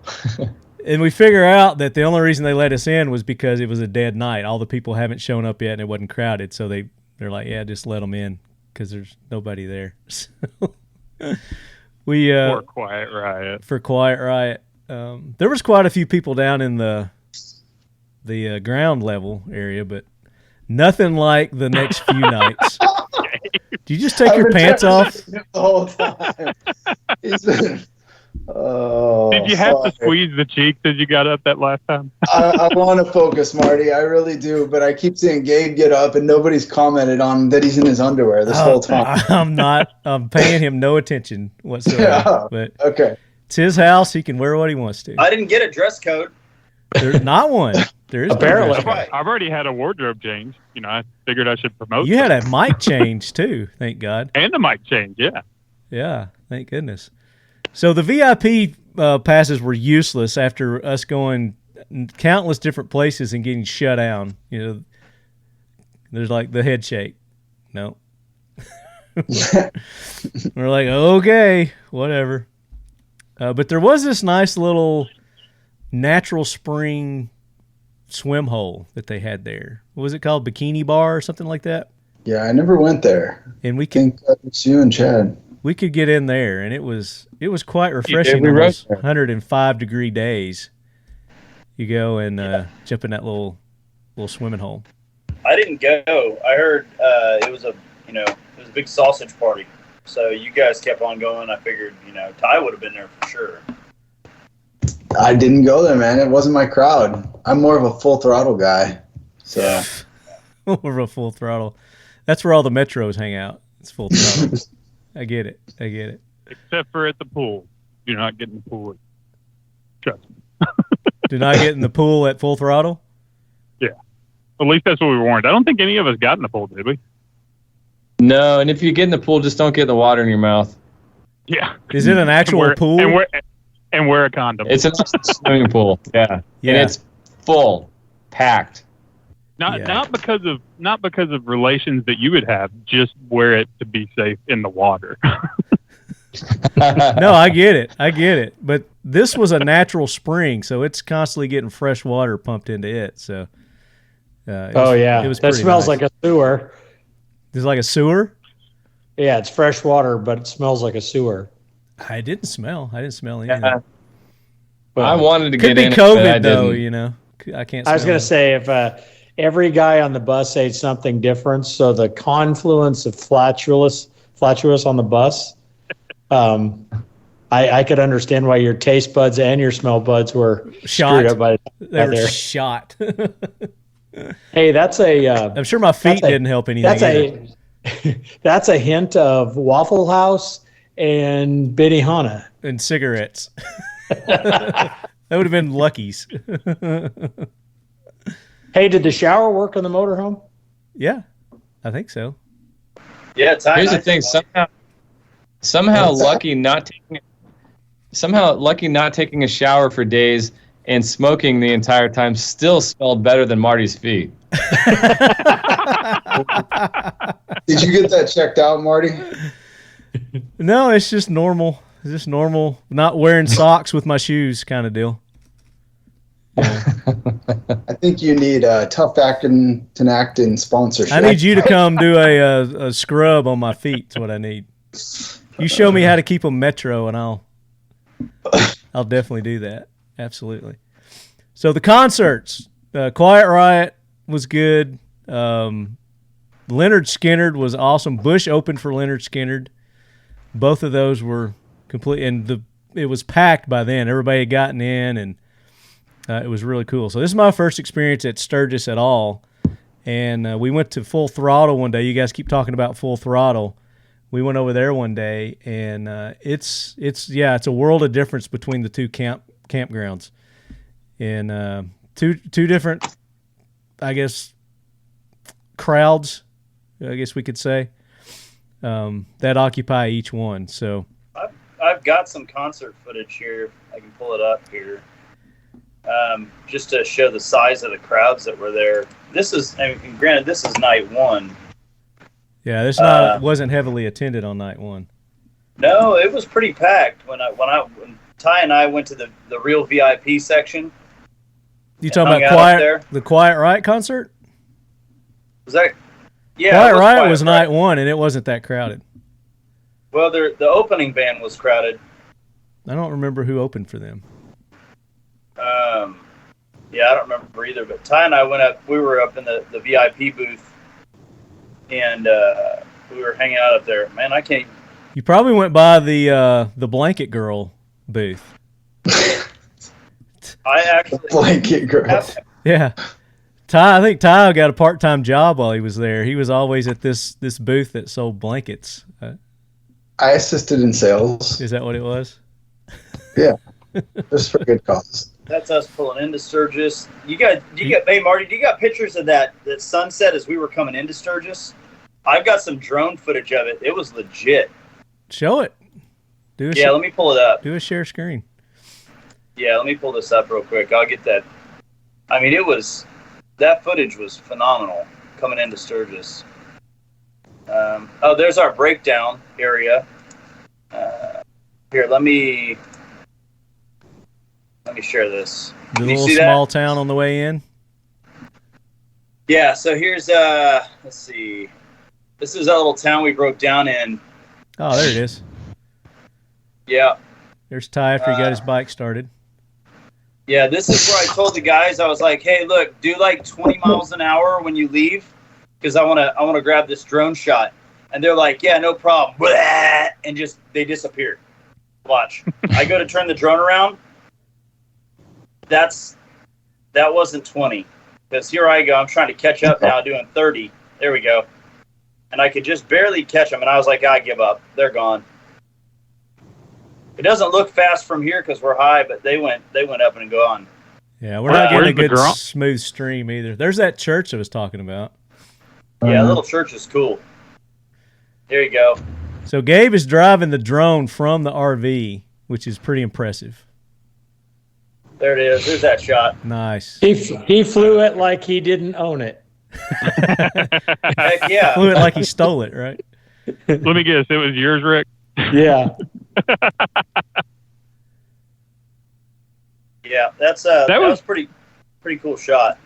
That was a cool small world moment about a month or two ago, whenever it was you met Gabe, and he had posted a picture with you, and I was like, wait, that's Rick.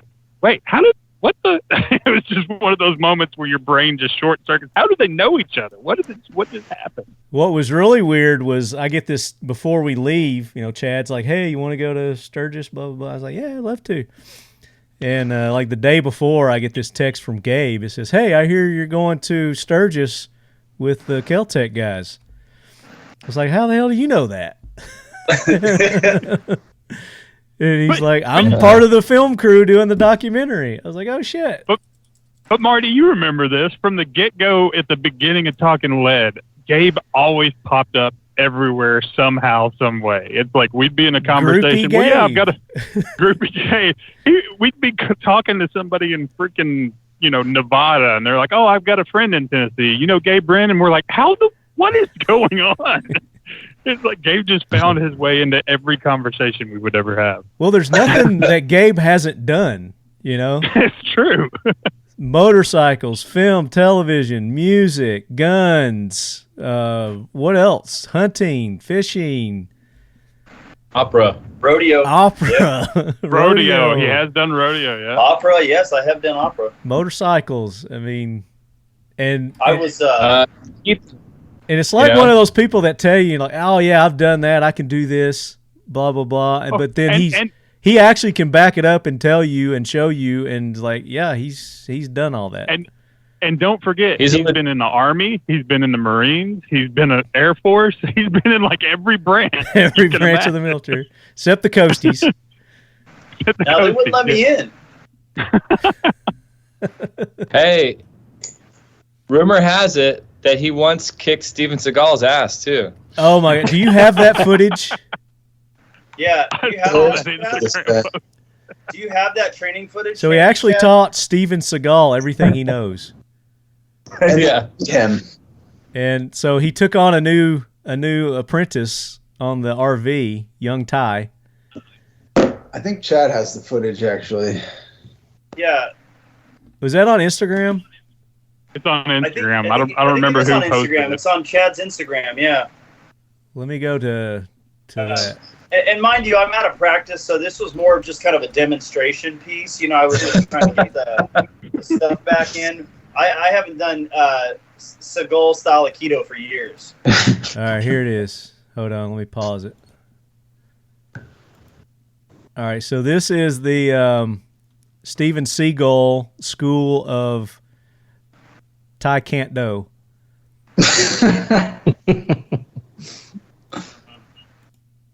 I don't see it. It's coming up. That's how good it is. I was going to say, that's how good it is. You don't even know it's happening. You don't even know. Can you do it in slow motion since it's so fast? Here we go.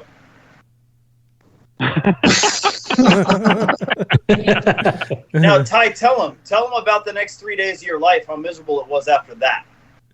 Well, immediately after this, I had to go to the doctor, and I had a concussion from your strategic placement where you hit me in the neck there. What about the blow you took that knocked you to the back bedroom back there? Luckily, that footage was deleted. No, was it? Yeah, Chad got rid of it. Otherwise, he would have posted that too. Look, I think in regular speed, you're not appreciating what's happening here. I actually hit him over 100 times. See the bruises on his arm? Oh, yeah. Oh, actually, Gabe, you have a picture of that bruise on my shoulder, right? Yeah, I don't have it on me, but yeah, there is a picture of it somewhere. Oh, this is where we were waiting for Chad at Spearfish. Oh, I love Spearfish. Spearfish, and you got some drone footage of that road too, didn't you?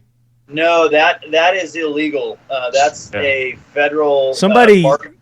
Somebody sent you some footage that they had taken. It wasn't you. Yeah, somebody had some footage I pulled off the internet somewhere. We'll probably put that in the video. Yeah. So talk about this area, Spearfish or Spearhead. What is it called?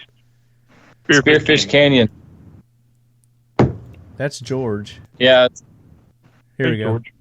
This is awesome. A bush. I didn't see this. This is So nice. Chad cracking a bush at the falls. It's like an old Milwaukee commercial with one dude. Did it make the noise when you cracked it? Did it go bush? Yeah. When somebody says it doesn't get any better than this. One of the chicks. You see that look on his face? Tell me y'all took Marty down to Deadwood, didn't you? We did go to Deadwood. We did. Nice. Yep. That was another day. And Zeke, you're coming this year, man. No, I'm coming next year. This year was still recovering from divorce and sold bike gear. I'm saving for money for bike next year. Okay, good. There's Marty in Deadwood. So here's with his friends. The only people that would hang out yeah. with me. That's all Not the Marty talking lead standing fans with them, Deadwood. There it is. There's the town. That was a cool town. So they were setting up for the big Legends ride that day that we were there. So there were some celebrities. Yes. And what's her name? The governor of South Dakota actually went on that ride, so we probably should have planned to do that. Christy Nome. Yeah. And then we went to this restaurant. It was a pretty cool restaurant. Yeah. Jacobs or something like that. Yep, Jacobs. Yeah, here's some more pictures. Historic Deadwood. Bloody Nose Saloon. I love it up there. Yeah, it was crowded as all get out, but it was pretty cool. Lots of casinos up there. I didn't realize they had casinos there. And so Lucky walks into the casino and sits at the roulette table, worst odds in the house, and true to his name, doubles up his money and walks out after like 4 guesses. And hit every one of them. So Whereas Gabe and I, we sat at the couples slot machine. That's right. And lost about $40. Yeah. This was the little bar restaurant right next door to it. But yeah, it was a cool little town.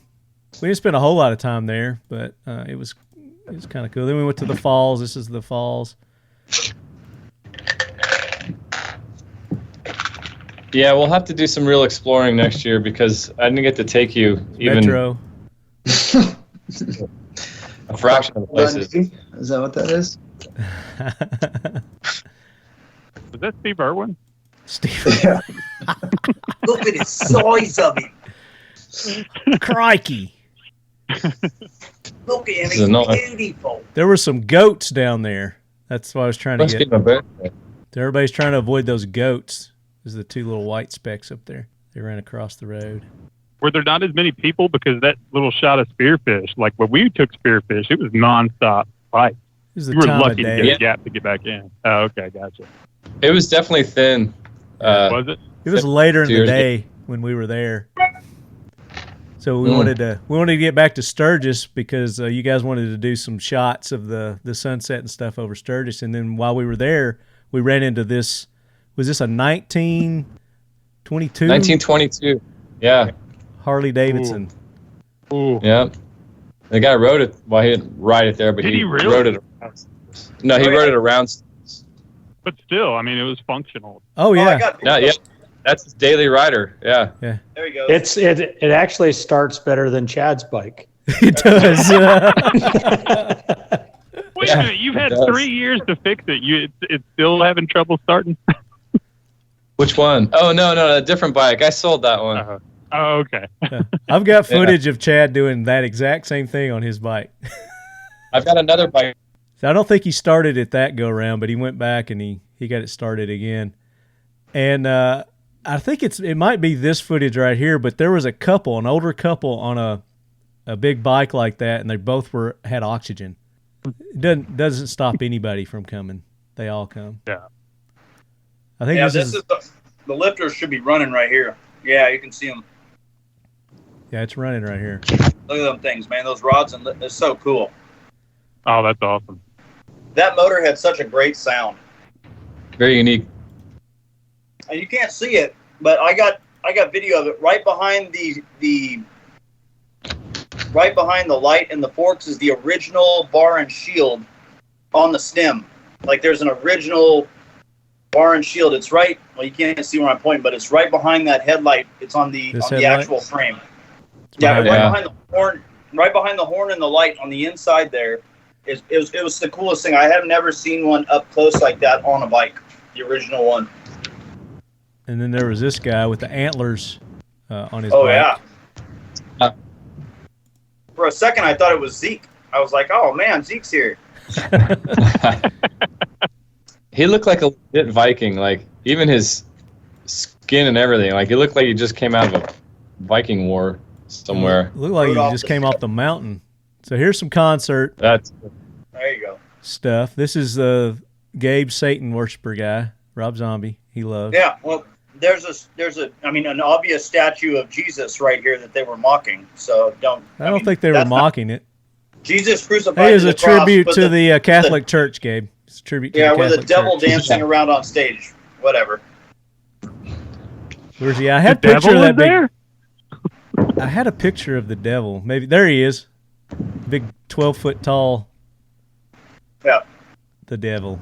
Nothing unusual about that. No. Yeah, just entertainment. Just entertainment from Rob Zombie, baby. Making his billions. And then this, Zeke, you'll appreciate this. I saw this this bike the very last day. This was a Marvel done up bike. Ooh, yeah. Right. I hate the big wheel. In the front, but I love the Marvel thing. That's awesome. Check it out. I mean, this dude spared no expense. That's cool. That's an expensive bike right there. Oh, no doubt. But the stuff he's put money in is like stuff I would never do. Like, I'd love the paint job. That's awesome. But like the big wheel and then the saddlebag like dropping to the ground. Look at the seat. I don't know. Look at the seat. This is what hardcore bikers ride bikes like this. Yeah. This doesn't give off any mom's basement vibes at all.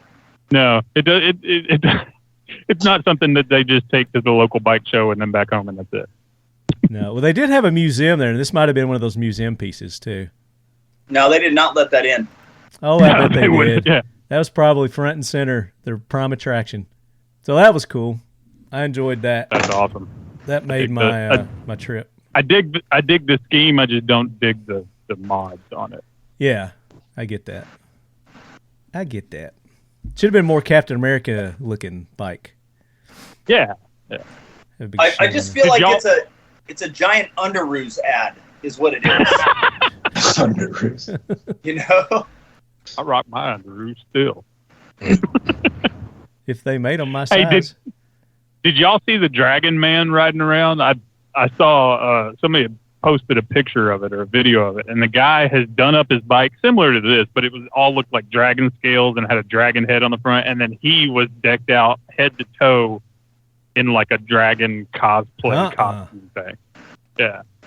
I saw it while y'all were up there. Somebody posted on Gabe it. Definitely would have had a satanic panic attack if he'd have seen that.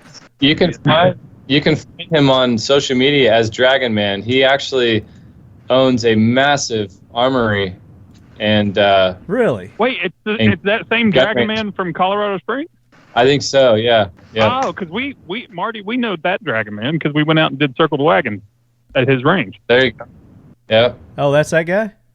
Yeah, but I didn't know that's the same Dragon Man. Yeah, he's got a dragon themed 70s shovel head. I think it might be like a 69 shovel.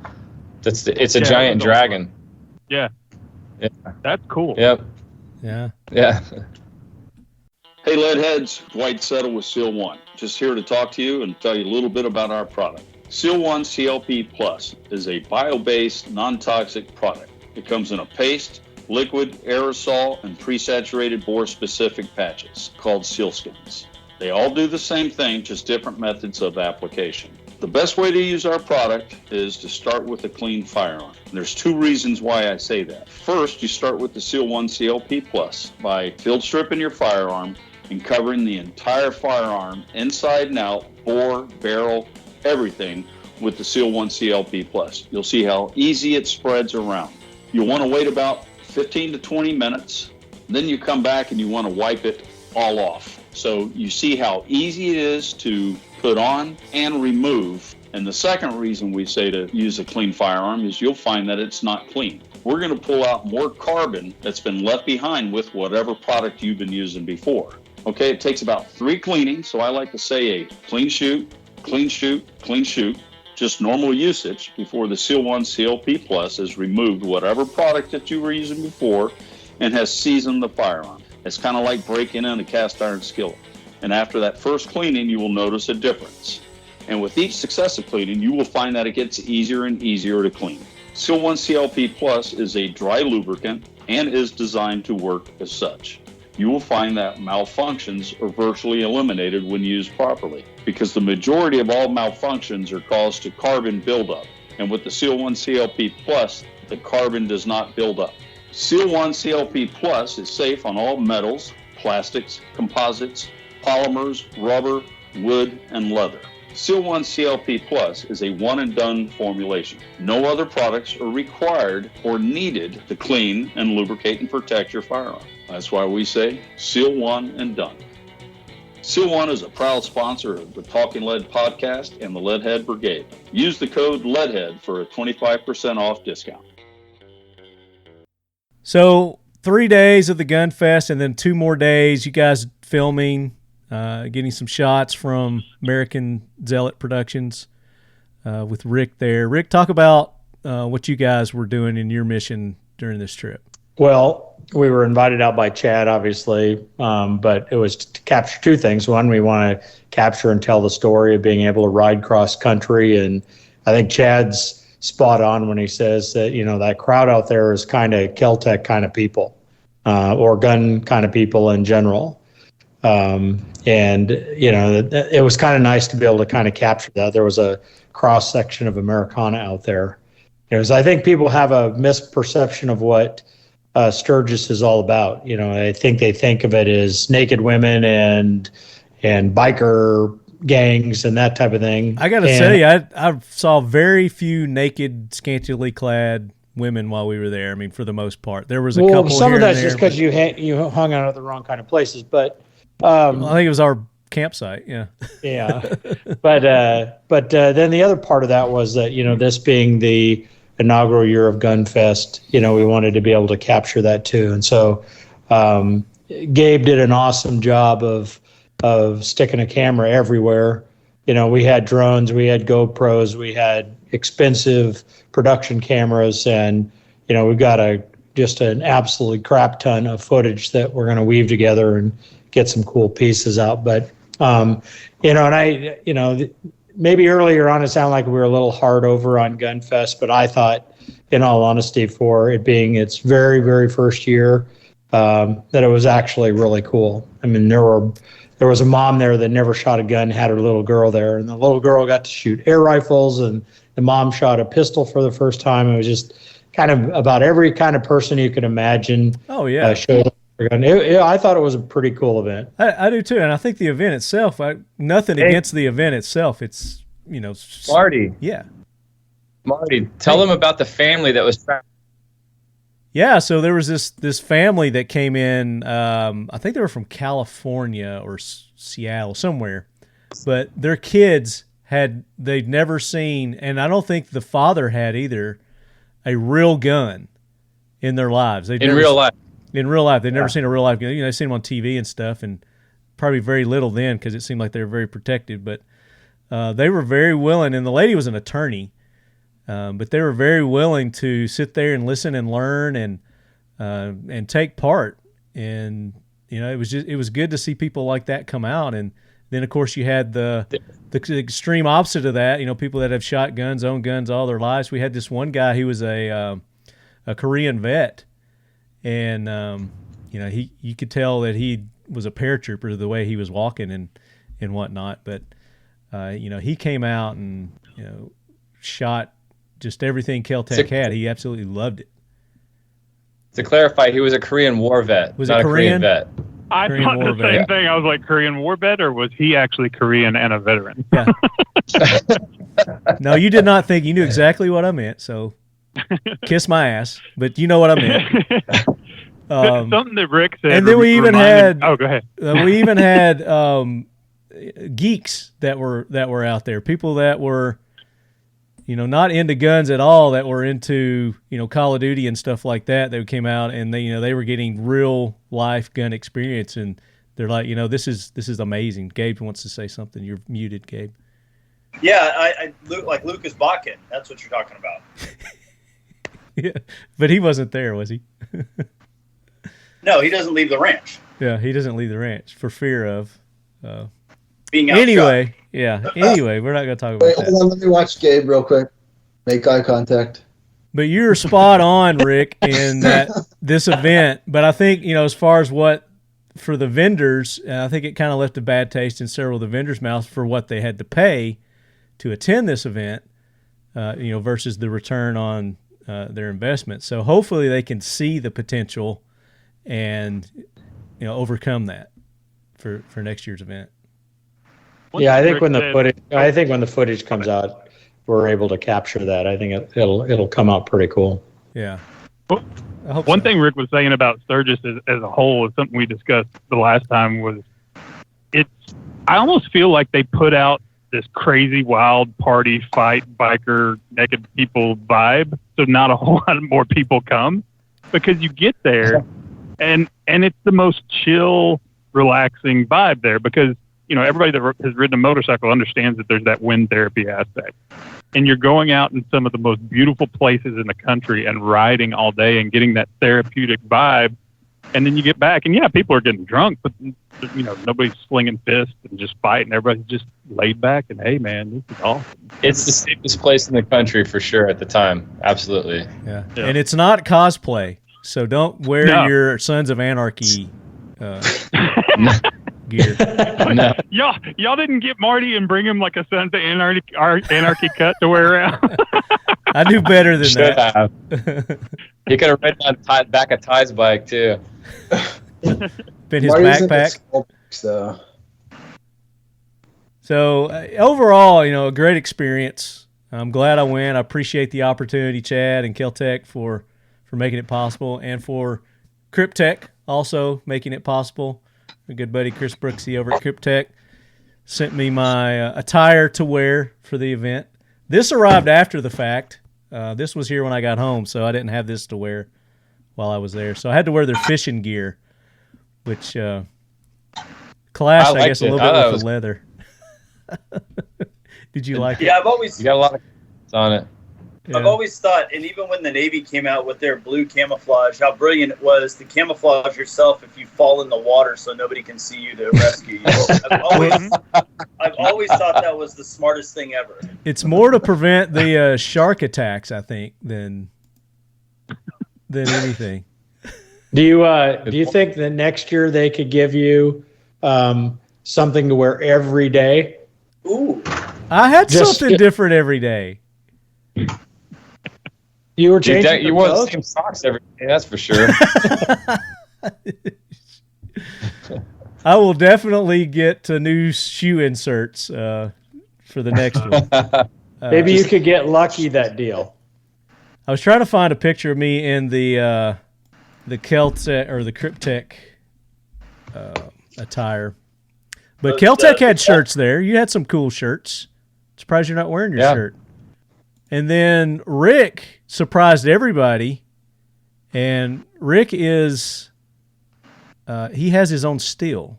I guess, can I say that? Is that, it's not an illegal still, I make right? my own bourbon. Let's say that. Okay, he makes his own bourbon, and he brought his bourbon. Let's talk about your bourbon, Beowulf. Yeah, well, we partner with a company out here in Eugene, Oregon called Heritage that allows you to kind of create your own swill. And we approached Kel Tec. Again, you think about the kind of people that are our kind of people. A lot of them enjoy, a good bourbon.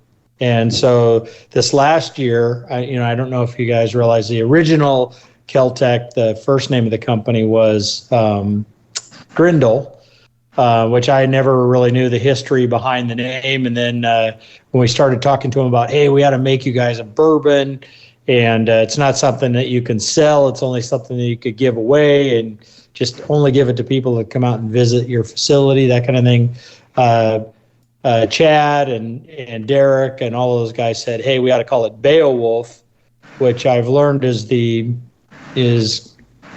Grendel and Beowulf are arch enemies or whatever. And it's like, I didn't know anything about this, but it's kind of like He-Man characters, and Beowulf is kind of the He-Man of the Nordic world.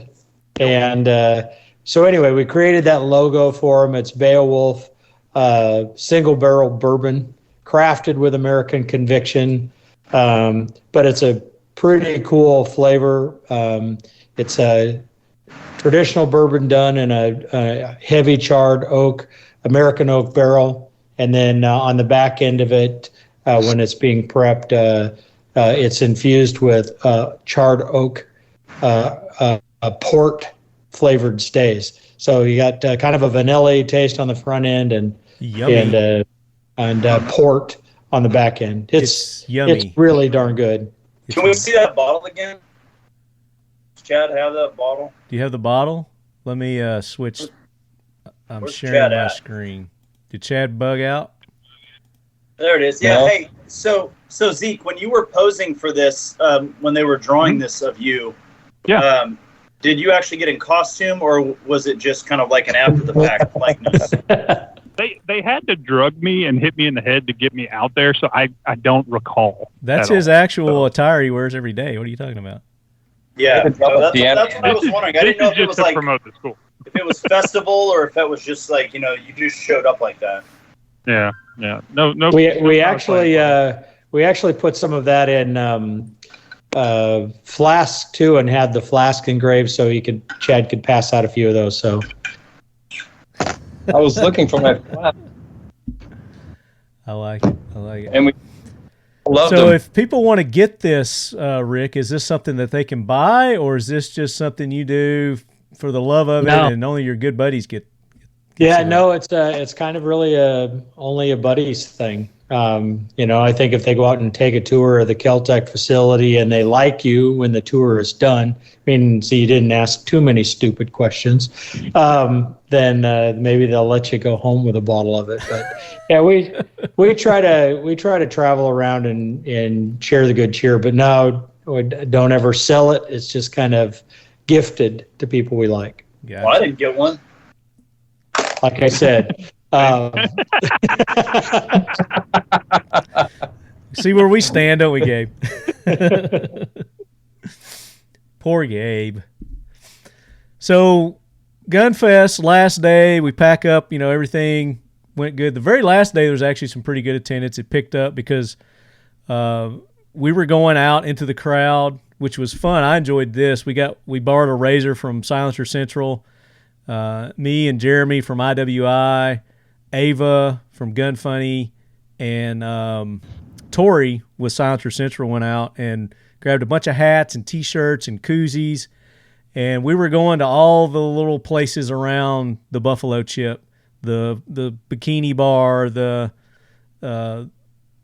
shops and everywhere, and just handing out hats and telling people about it, and really pushing and promoting it. And there was actually a radio station that was set up, and they did an interview with us, and we got out on the radio and was telling people about it too. And then that last day we had a decent turnout, still not as big as we had hoped, but showed a lot of promise, and it was really cool.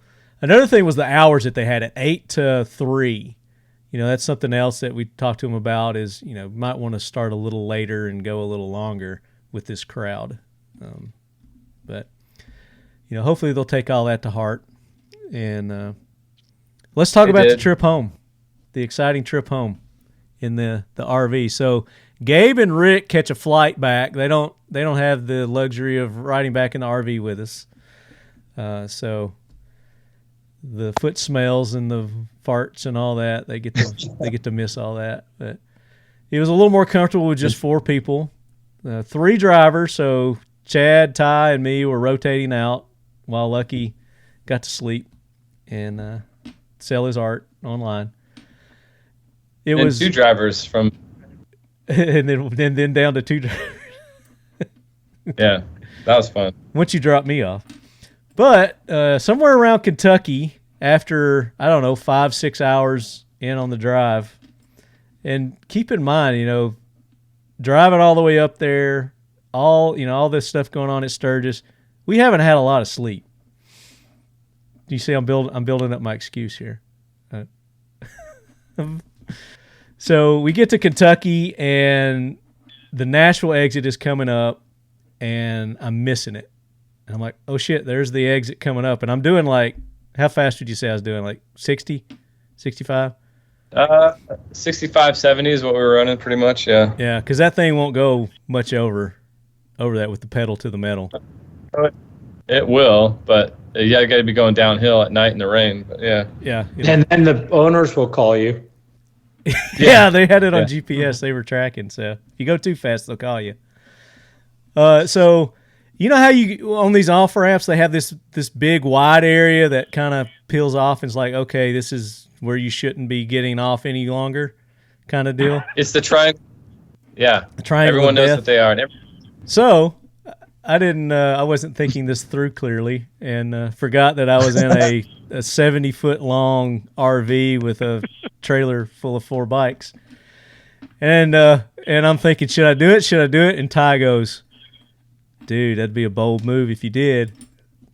That's all it took.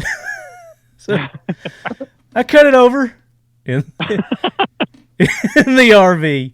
And the bikes are still on a trailer in the back, right? At this point. Well, we hope. We're hoping. And everybody's kind of panicking. I see it in the back. I say, no, the trailer's still there. I think the bikes are on. So we get off the next exit and pull over, and thank God they're all still on there. Doesn't look like, anything really happened much. And then Chad goes around, starts inspecting everything. And yeah. So I got a little bit of Lucky's luck on that one, that I didn't have to buy $50,000 worth of bikes. Thank goodness. So, needless to say, that was the end of my driving career for the RV. And I guess Chad probably got to drive all the way back to Florida. I'm sure he didn't trust anybody else driving. Yeah, he gave me about 6 hours on the way back. It wasn't so bad. So you did. You drove a little bit. You helped him out. Yep. And he woke up a little bit. So, anyway, we made it safe and sound. Nothing, no harms, no fouls. And what did we learn from our trip? Get more sleep. Didn't you not learn that the first time? No. Apparently I forgot all about it. What are some things other than more sleep? Wait. Hold on. We completely forgot to mention where our RV was parked the entire time we were at Buffalo Chip. Literally right behind the main stage where all the bands played. Right behind it. Oh yeah. Yeah, so when it was time to go to sleep, there was no sleeping.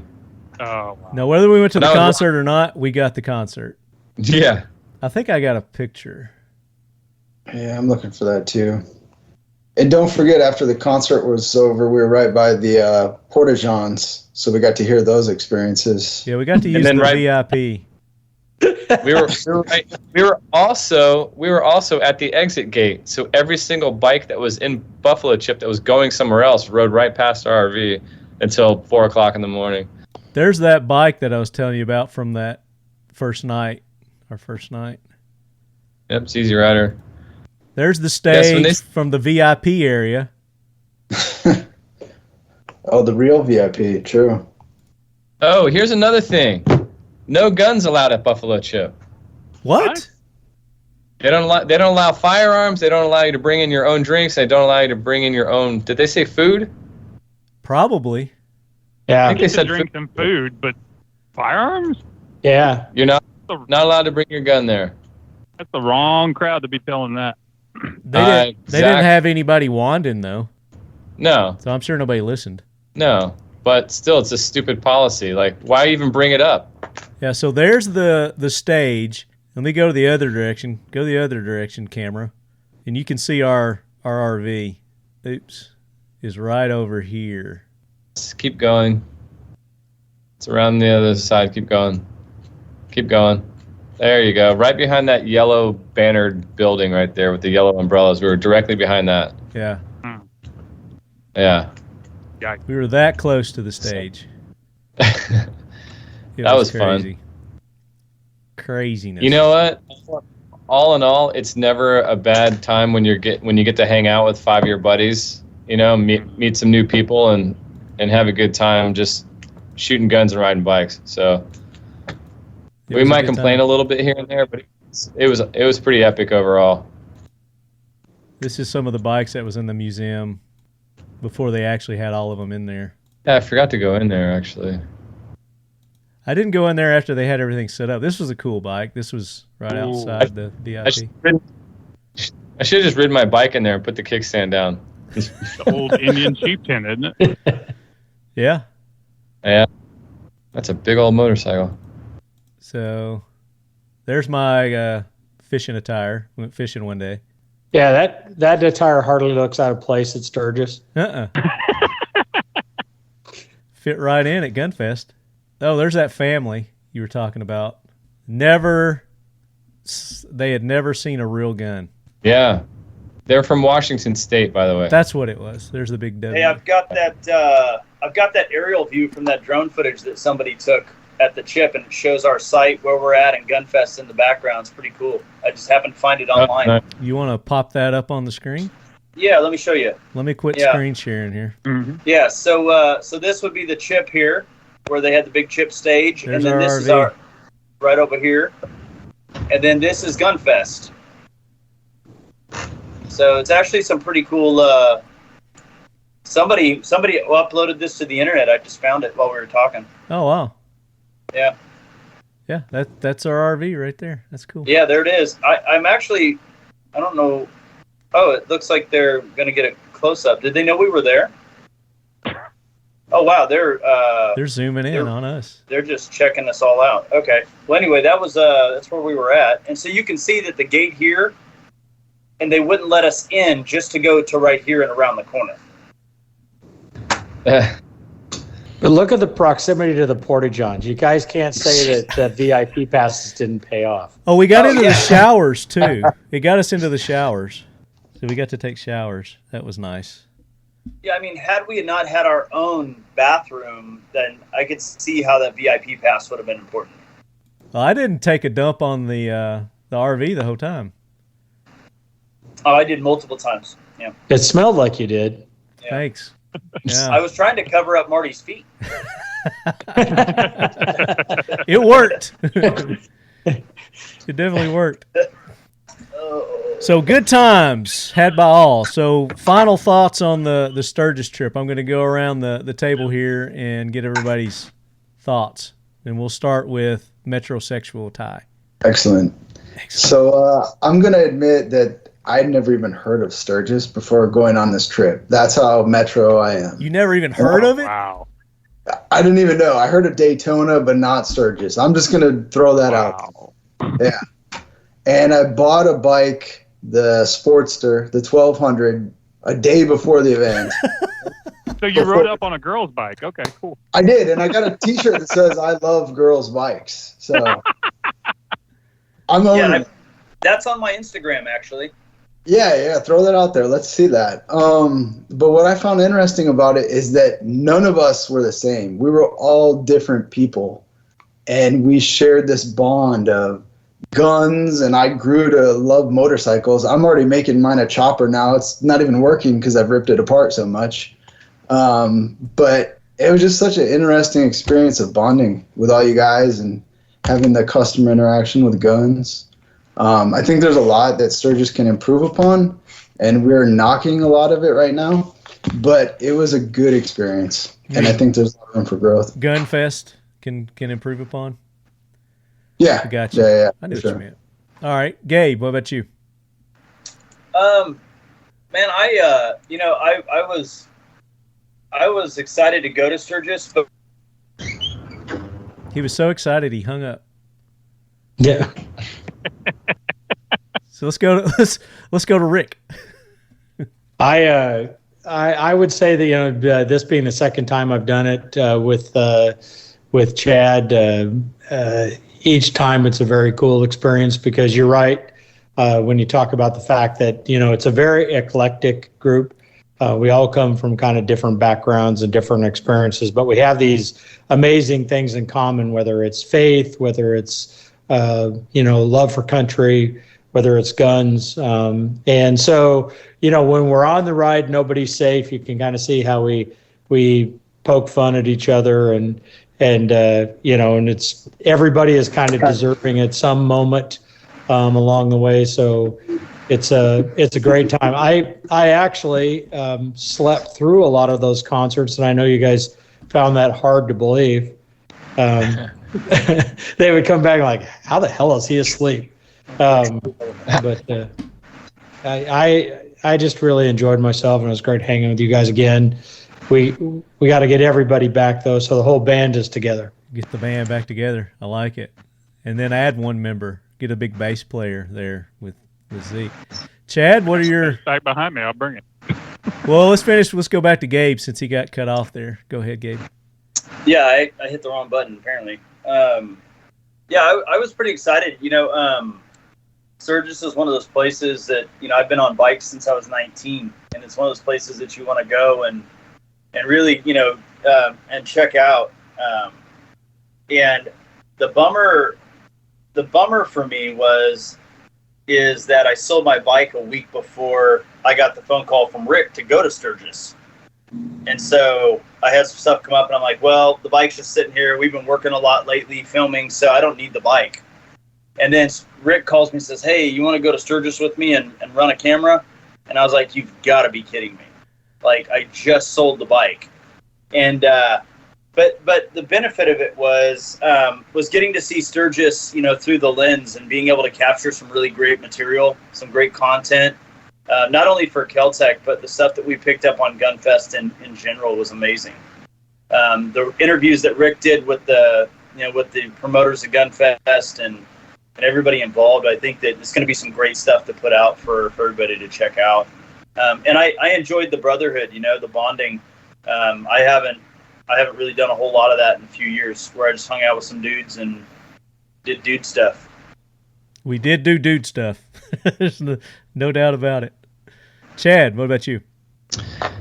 So I definitely took a lot of mental notes on what I want to do differently next year, if we do it next year. But all in all, I think everything that you guys said is very accurate. I really like the bonding. And one thing that I noticed is I brought Lucky up there because I wanted to expose him to his crowd. Like his artwork is perfect for that, for that venue. And he'd never been there before, never been to Sturgis.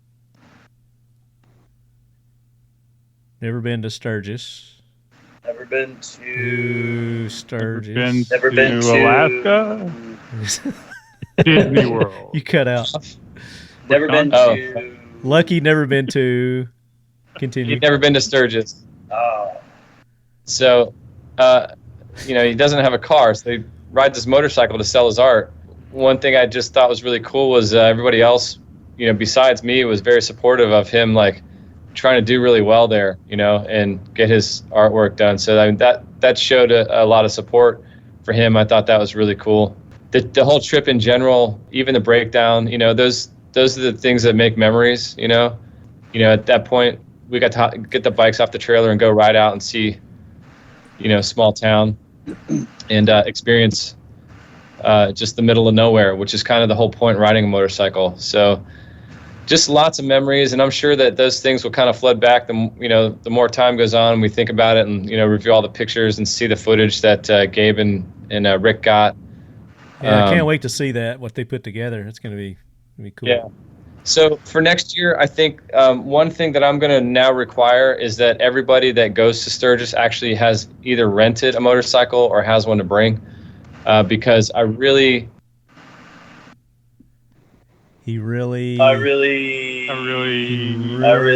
wants to ride someone else's bike. I really don't like your bike. A cool tricycle. Really likes. Want to come out of the closet. I don't think he's paused there. I don't think he's interested. I think that's really him thinking about what he's going to say next. I really. What is he?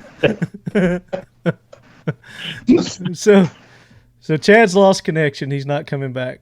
There he is. Am I back? I Yeah. really, There you go. We know you really something. really. So yeah, I really think that riding together takes that bond to the next level, especially when you get up in through the mountains and get to really experience Sturgis for what it really is, up in the Black Hills and all of those rides. So motorcycles are required for everyone next year. There Did you y'all go. not do needles? No.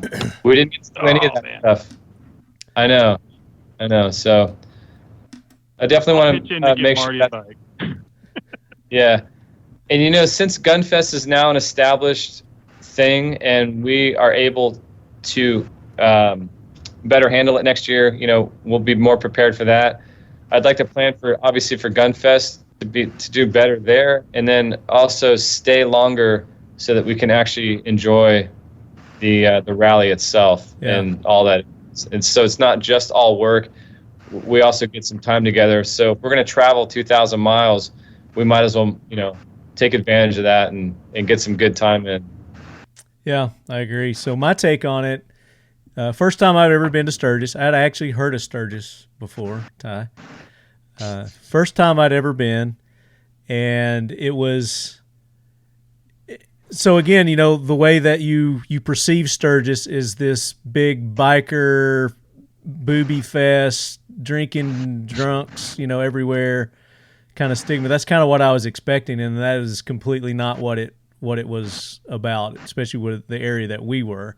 And I'm sure it's there if you want that. I'm sure that's out there.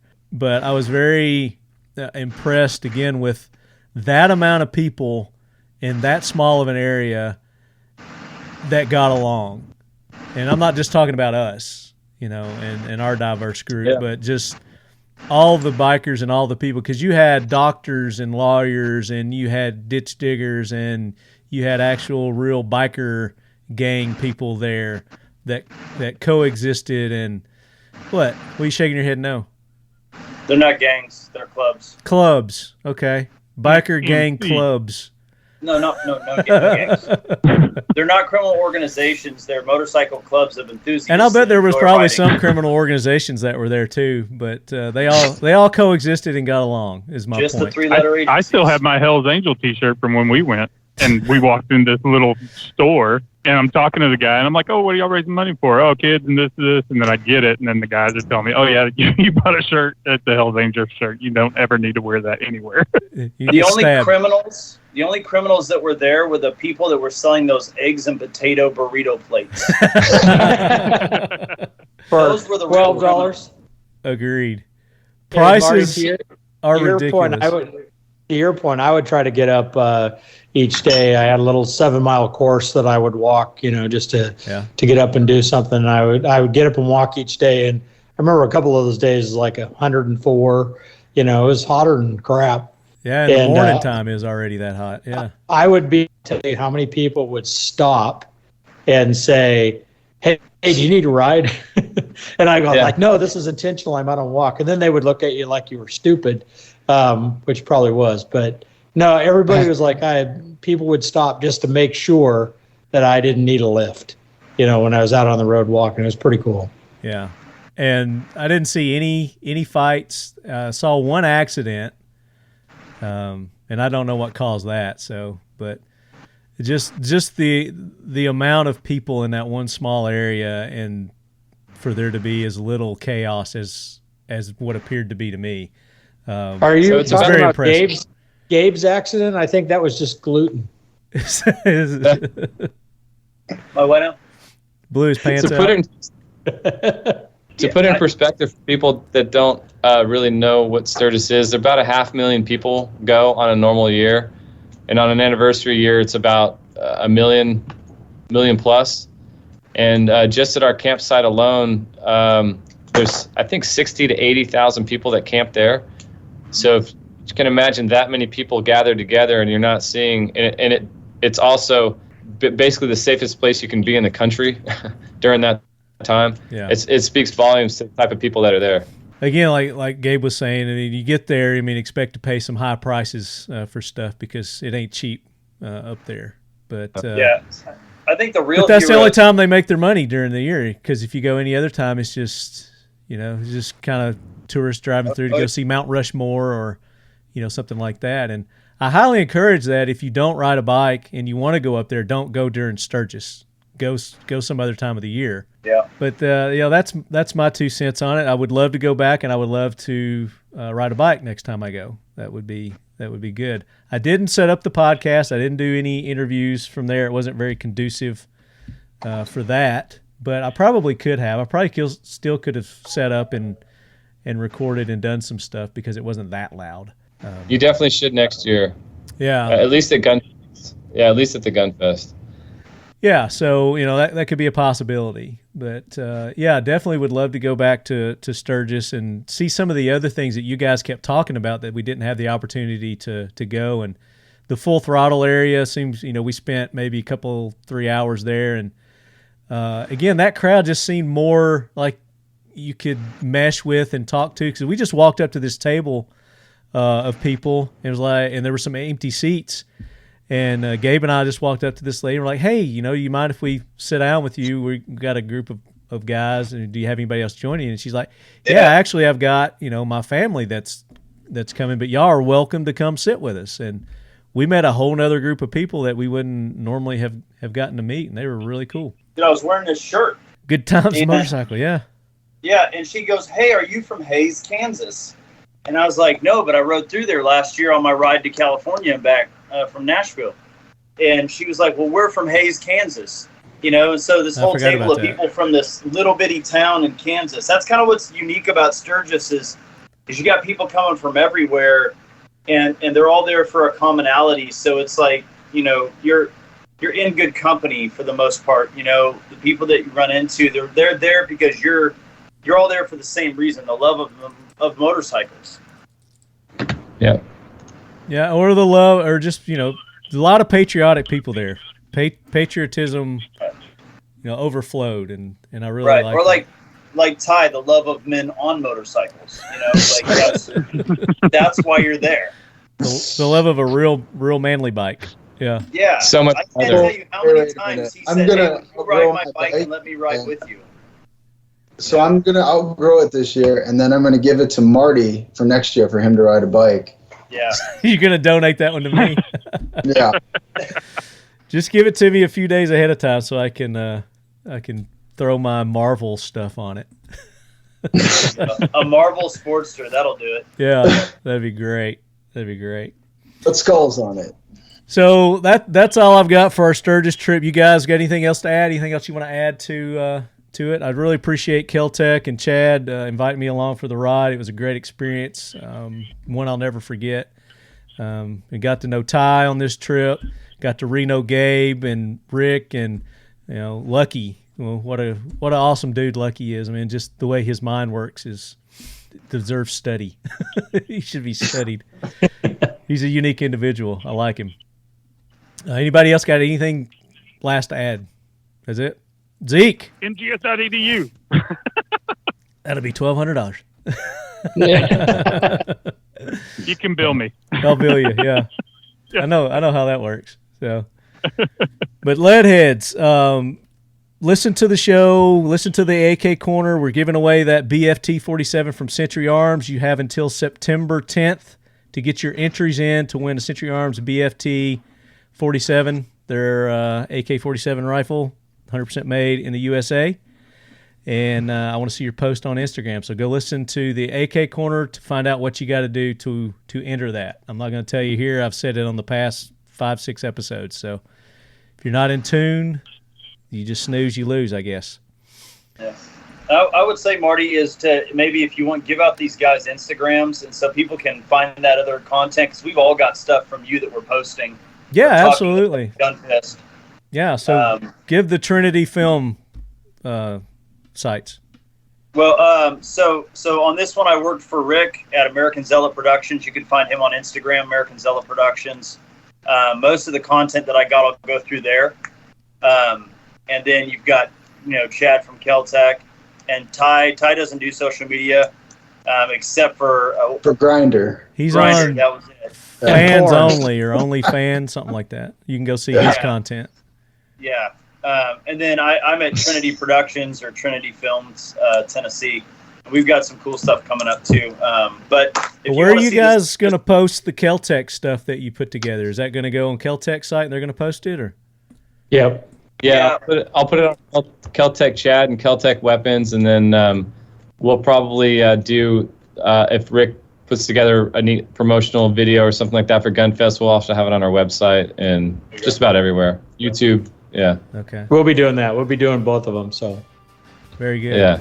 Very good. And Zeke, Yes. give your info. Zeke_Stout on Instagram and everything else. And then MGS is Modern Gun School on social media. On social media. So go check out the Squatch, and we'll have him on again soon too. Loving the hair. Thank you. Getting back to the old talking like that. I'm growing mine out again too. But lots of good stuff coming up on the podcast. I got some catching up to do since I was gone for 2 weeks, so I owe you guys some show and some content, and it's coming. I got it lined up, so never fear. But until then, if you've got questions, you got comments, you got jackwagon submissions, Leadhead Brigade Heroes, talkinglead@gmail.com, and I'll be looking for your messages, Leadheads. Until then, as always, keep your loved ones close. Your firearms closer.